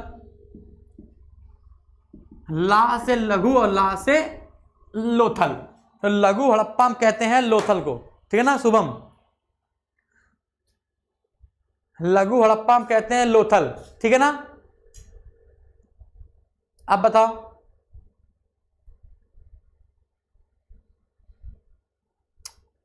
हाँ, स्टडी किंग बेटा हम पढ़ चुके हैं। ऐसा नहीं है कि आप कुछ भेजते हो तो कुणाल हरियाणा में, बेटा हम कल हमने पढ़ाया है आपको, हिस्ट्री में कल हमने पढ़ाया है कि कुणाल, बनावली, हिसार, ये सब कहां पड़ता है? हरियाणा में, ठीक है ना। तो कल का चैप्टर देखिए आप, ठीक है। हाँ, तो चांदी की मुकुट हमको कहाँ देखने को मिला है, तो हम लगाएंगे हाँ। तांबे का रथ कहाँ से मिला है, वेरी गुड। राजेश यादव का आंसर आ गया, विनय राय का आंसर आ गया। तांबे का रथ कहां से मिला है, बच्चा सिंह का आंसर आ गया, नताशा का आंसर आ गया, विश्वजीत का आंसर आ गया, वेरी गुड। तांबे का रथ आपको मिला है दामाबाद से। तांबे का रथ आपको कहां से मिला है, दामाबाद से। याद करो, हमने कल सूत्र बताया था, पुआ दद पशु, दद पशु, तो ये दा से दामाबाद बताया था। सिंधु सभ्यता का सबसे दक्षिणी बिंदु क्या है, दामाबाद। क्या है, दामाबाद। और दामाबाद से क्या मिला है, तांबे का रथ मिला है। क्या मिला है भैया, तांबे का रथ मिला है, ठीक है ना। और सबसे पूर्वी क्षेत्र क्या है, सबसे पूर्वी क्षेत्र है आलमगीरपुर। और आलमगीरपुर की खोज यज्ञदत्त शर्मा ने की थी। और यज्ञदत्त शर्मा से पहले, है ना, एक भारत सेवक समाज नाम का एक संगठन था, उसने सबसे पहले आलमगीरपुर के बारे में बताया है। ये यार इंटरव्यू का क्वेश्चन था कि आलमगीरपुर का उत्खनन यज्ञदत्त शर्मा ने तो किया है, लेकिन यज्ञदत्त शर्मा से पहले, है ना, इस आलमगीरपुर के बारे में किस संगठन ने सबसे पहले बताया था, तो भारत सेवक समाज नाम का एक संगठन था, उसने सबसे पहले, है ना, उत्तर प्रदेश के मेरठ के हिंडन नदी के किनारे आलमगीर के बारे में सबसे पहले बताया था। राजेश यादव, दुर्गीकृत क्षेत्र कौन सा नहीं था, बताया तो था बेटा, दुर्गीकृत क्षेत्र कौन सा नहीं था, चनहूदड़ो, लिखा भी होगा कहीं पे, देखो लिखा नहीं है, दुर्ग नहीं थे, ठीक है, डन। तो चलते हैं भाई, अब आराम से क्वेश्चन आप करिएगा, आराम से आप क्वेश्चन करिएगा, आपको कोई भी व्यक्ति परेशान नहीं कर सकता, ठीक है ना। आप कोई भी क्वेश्चन करिए, आपको कोई व्यक्ति परेशान नहीं करेगा, कोई भी एग्जामिनर नहीं परेशान कर सकता, कोई भी पेपर नहीं परेशान कर सकता। अगर कोई आपसे कहे तुम्हें क्या आता है, तो हमें सिंधु घाटी सभ्यता आती है, एक बार तुम हमसे पूछ लो और एक बार हम तुमसे पूछ लें, ठीक है। हाँ, प्रशांत यादव बिल्कुल सही है, आलमगीरपुर की खोज 1958 यज्ञदत्त शर्मा ने की थी, डन है, बिल्कुल सही बेटा, बिल्कुल सही है। और रोपड़ की खोज भी यज्ञदत्त शर्मा ने की थी, ठीक है ना। चलो चलते हैं बेटा, थैंक यू।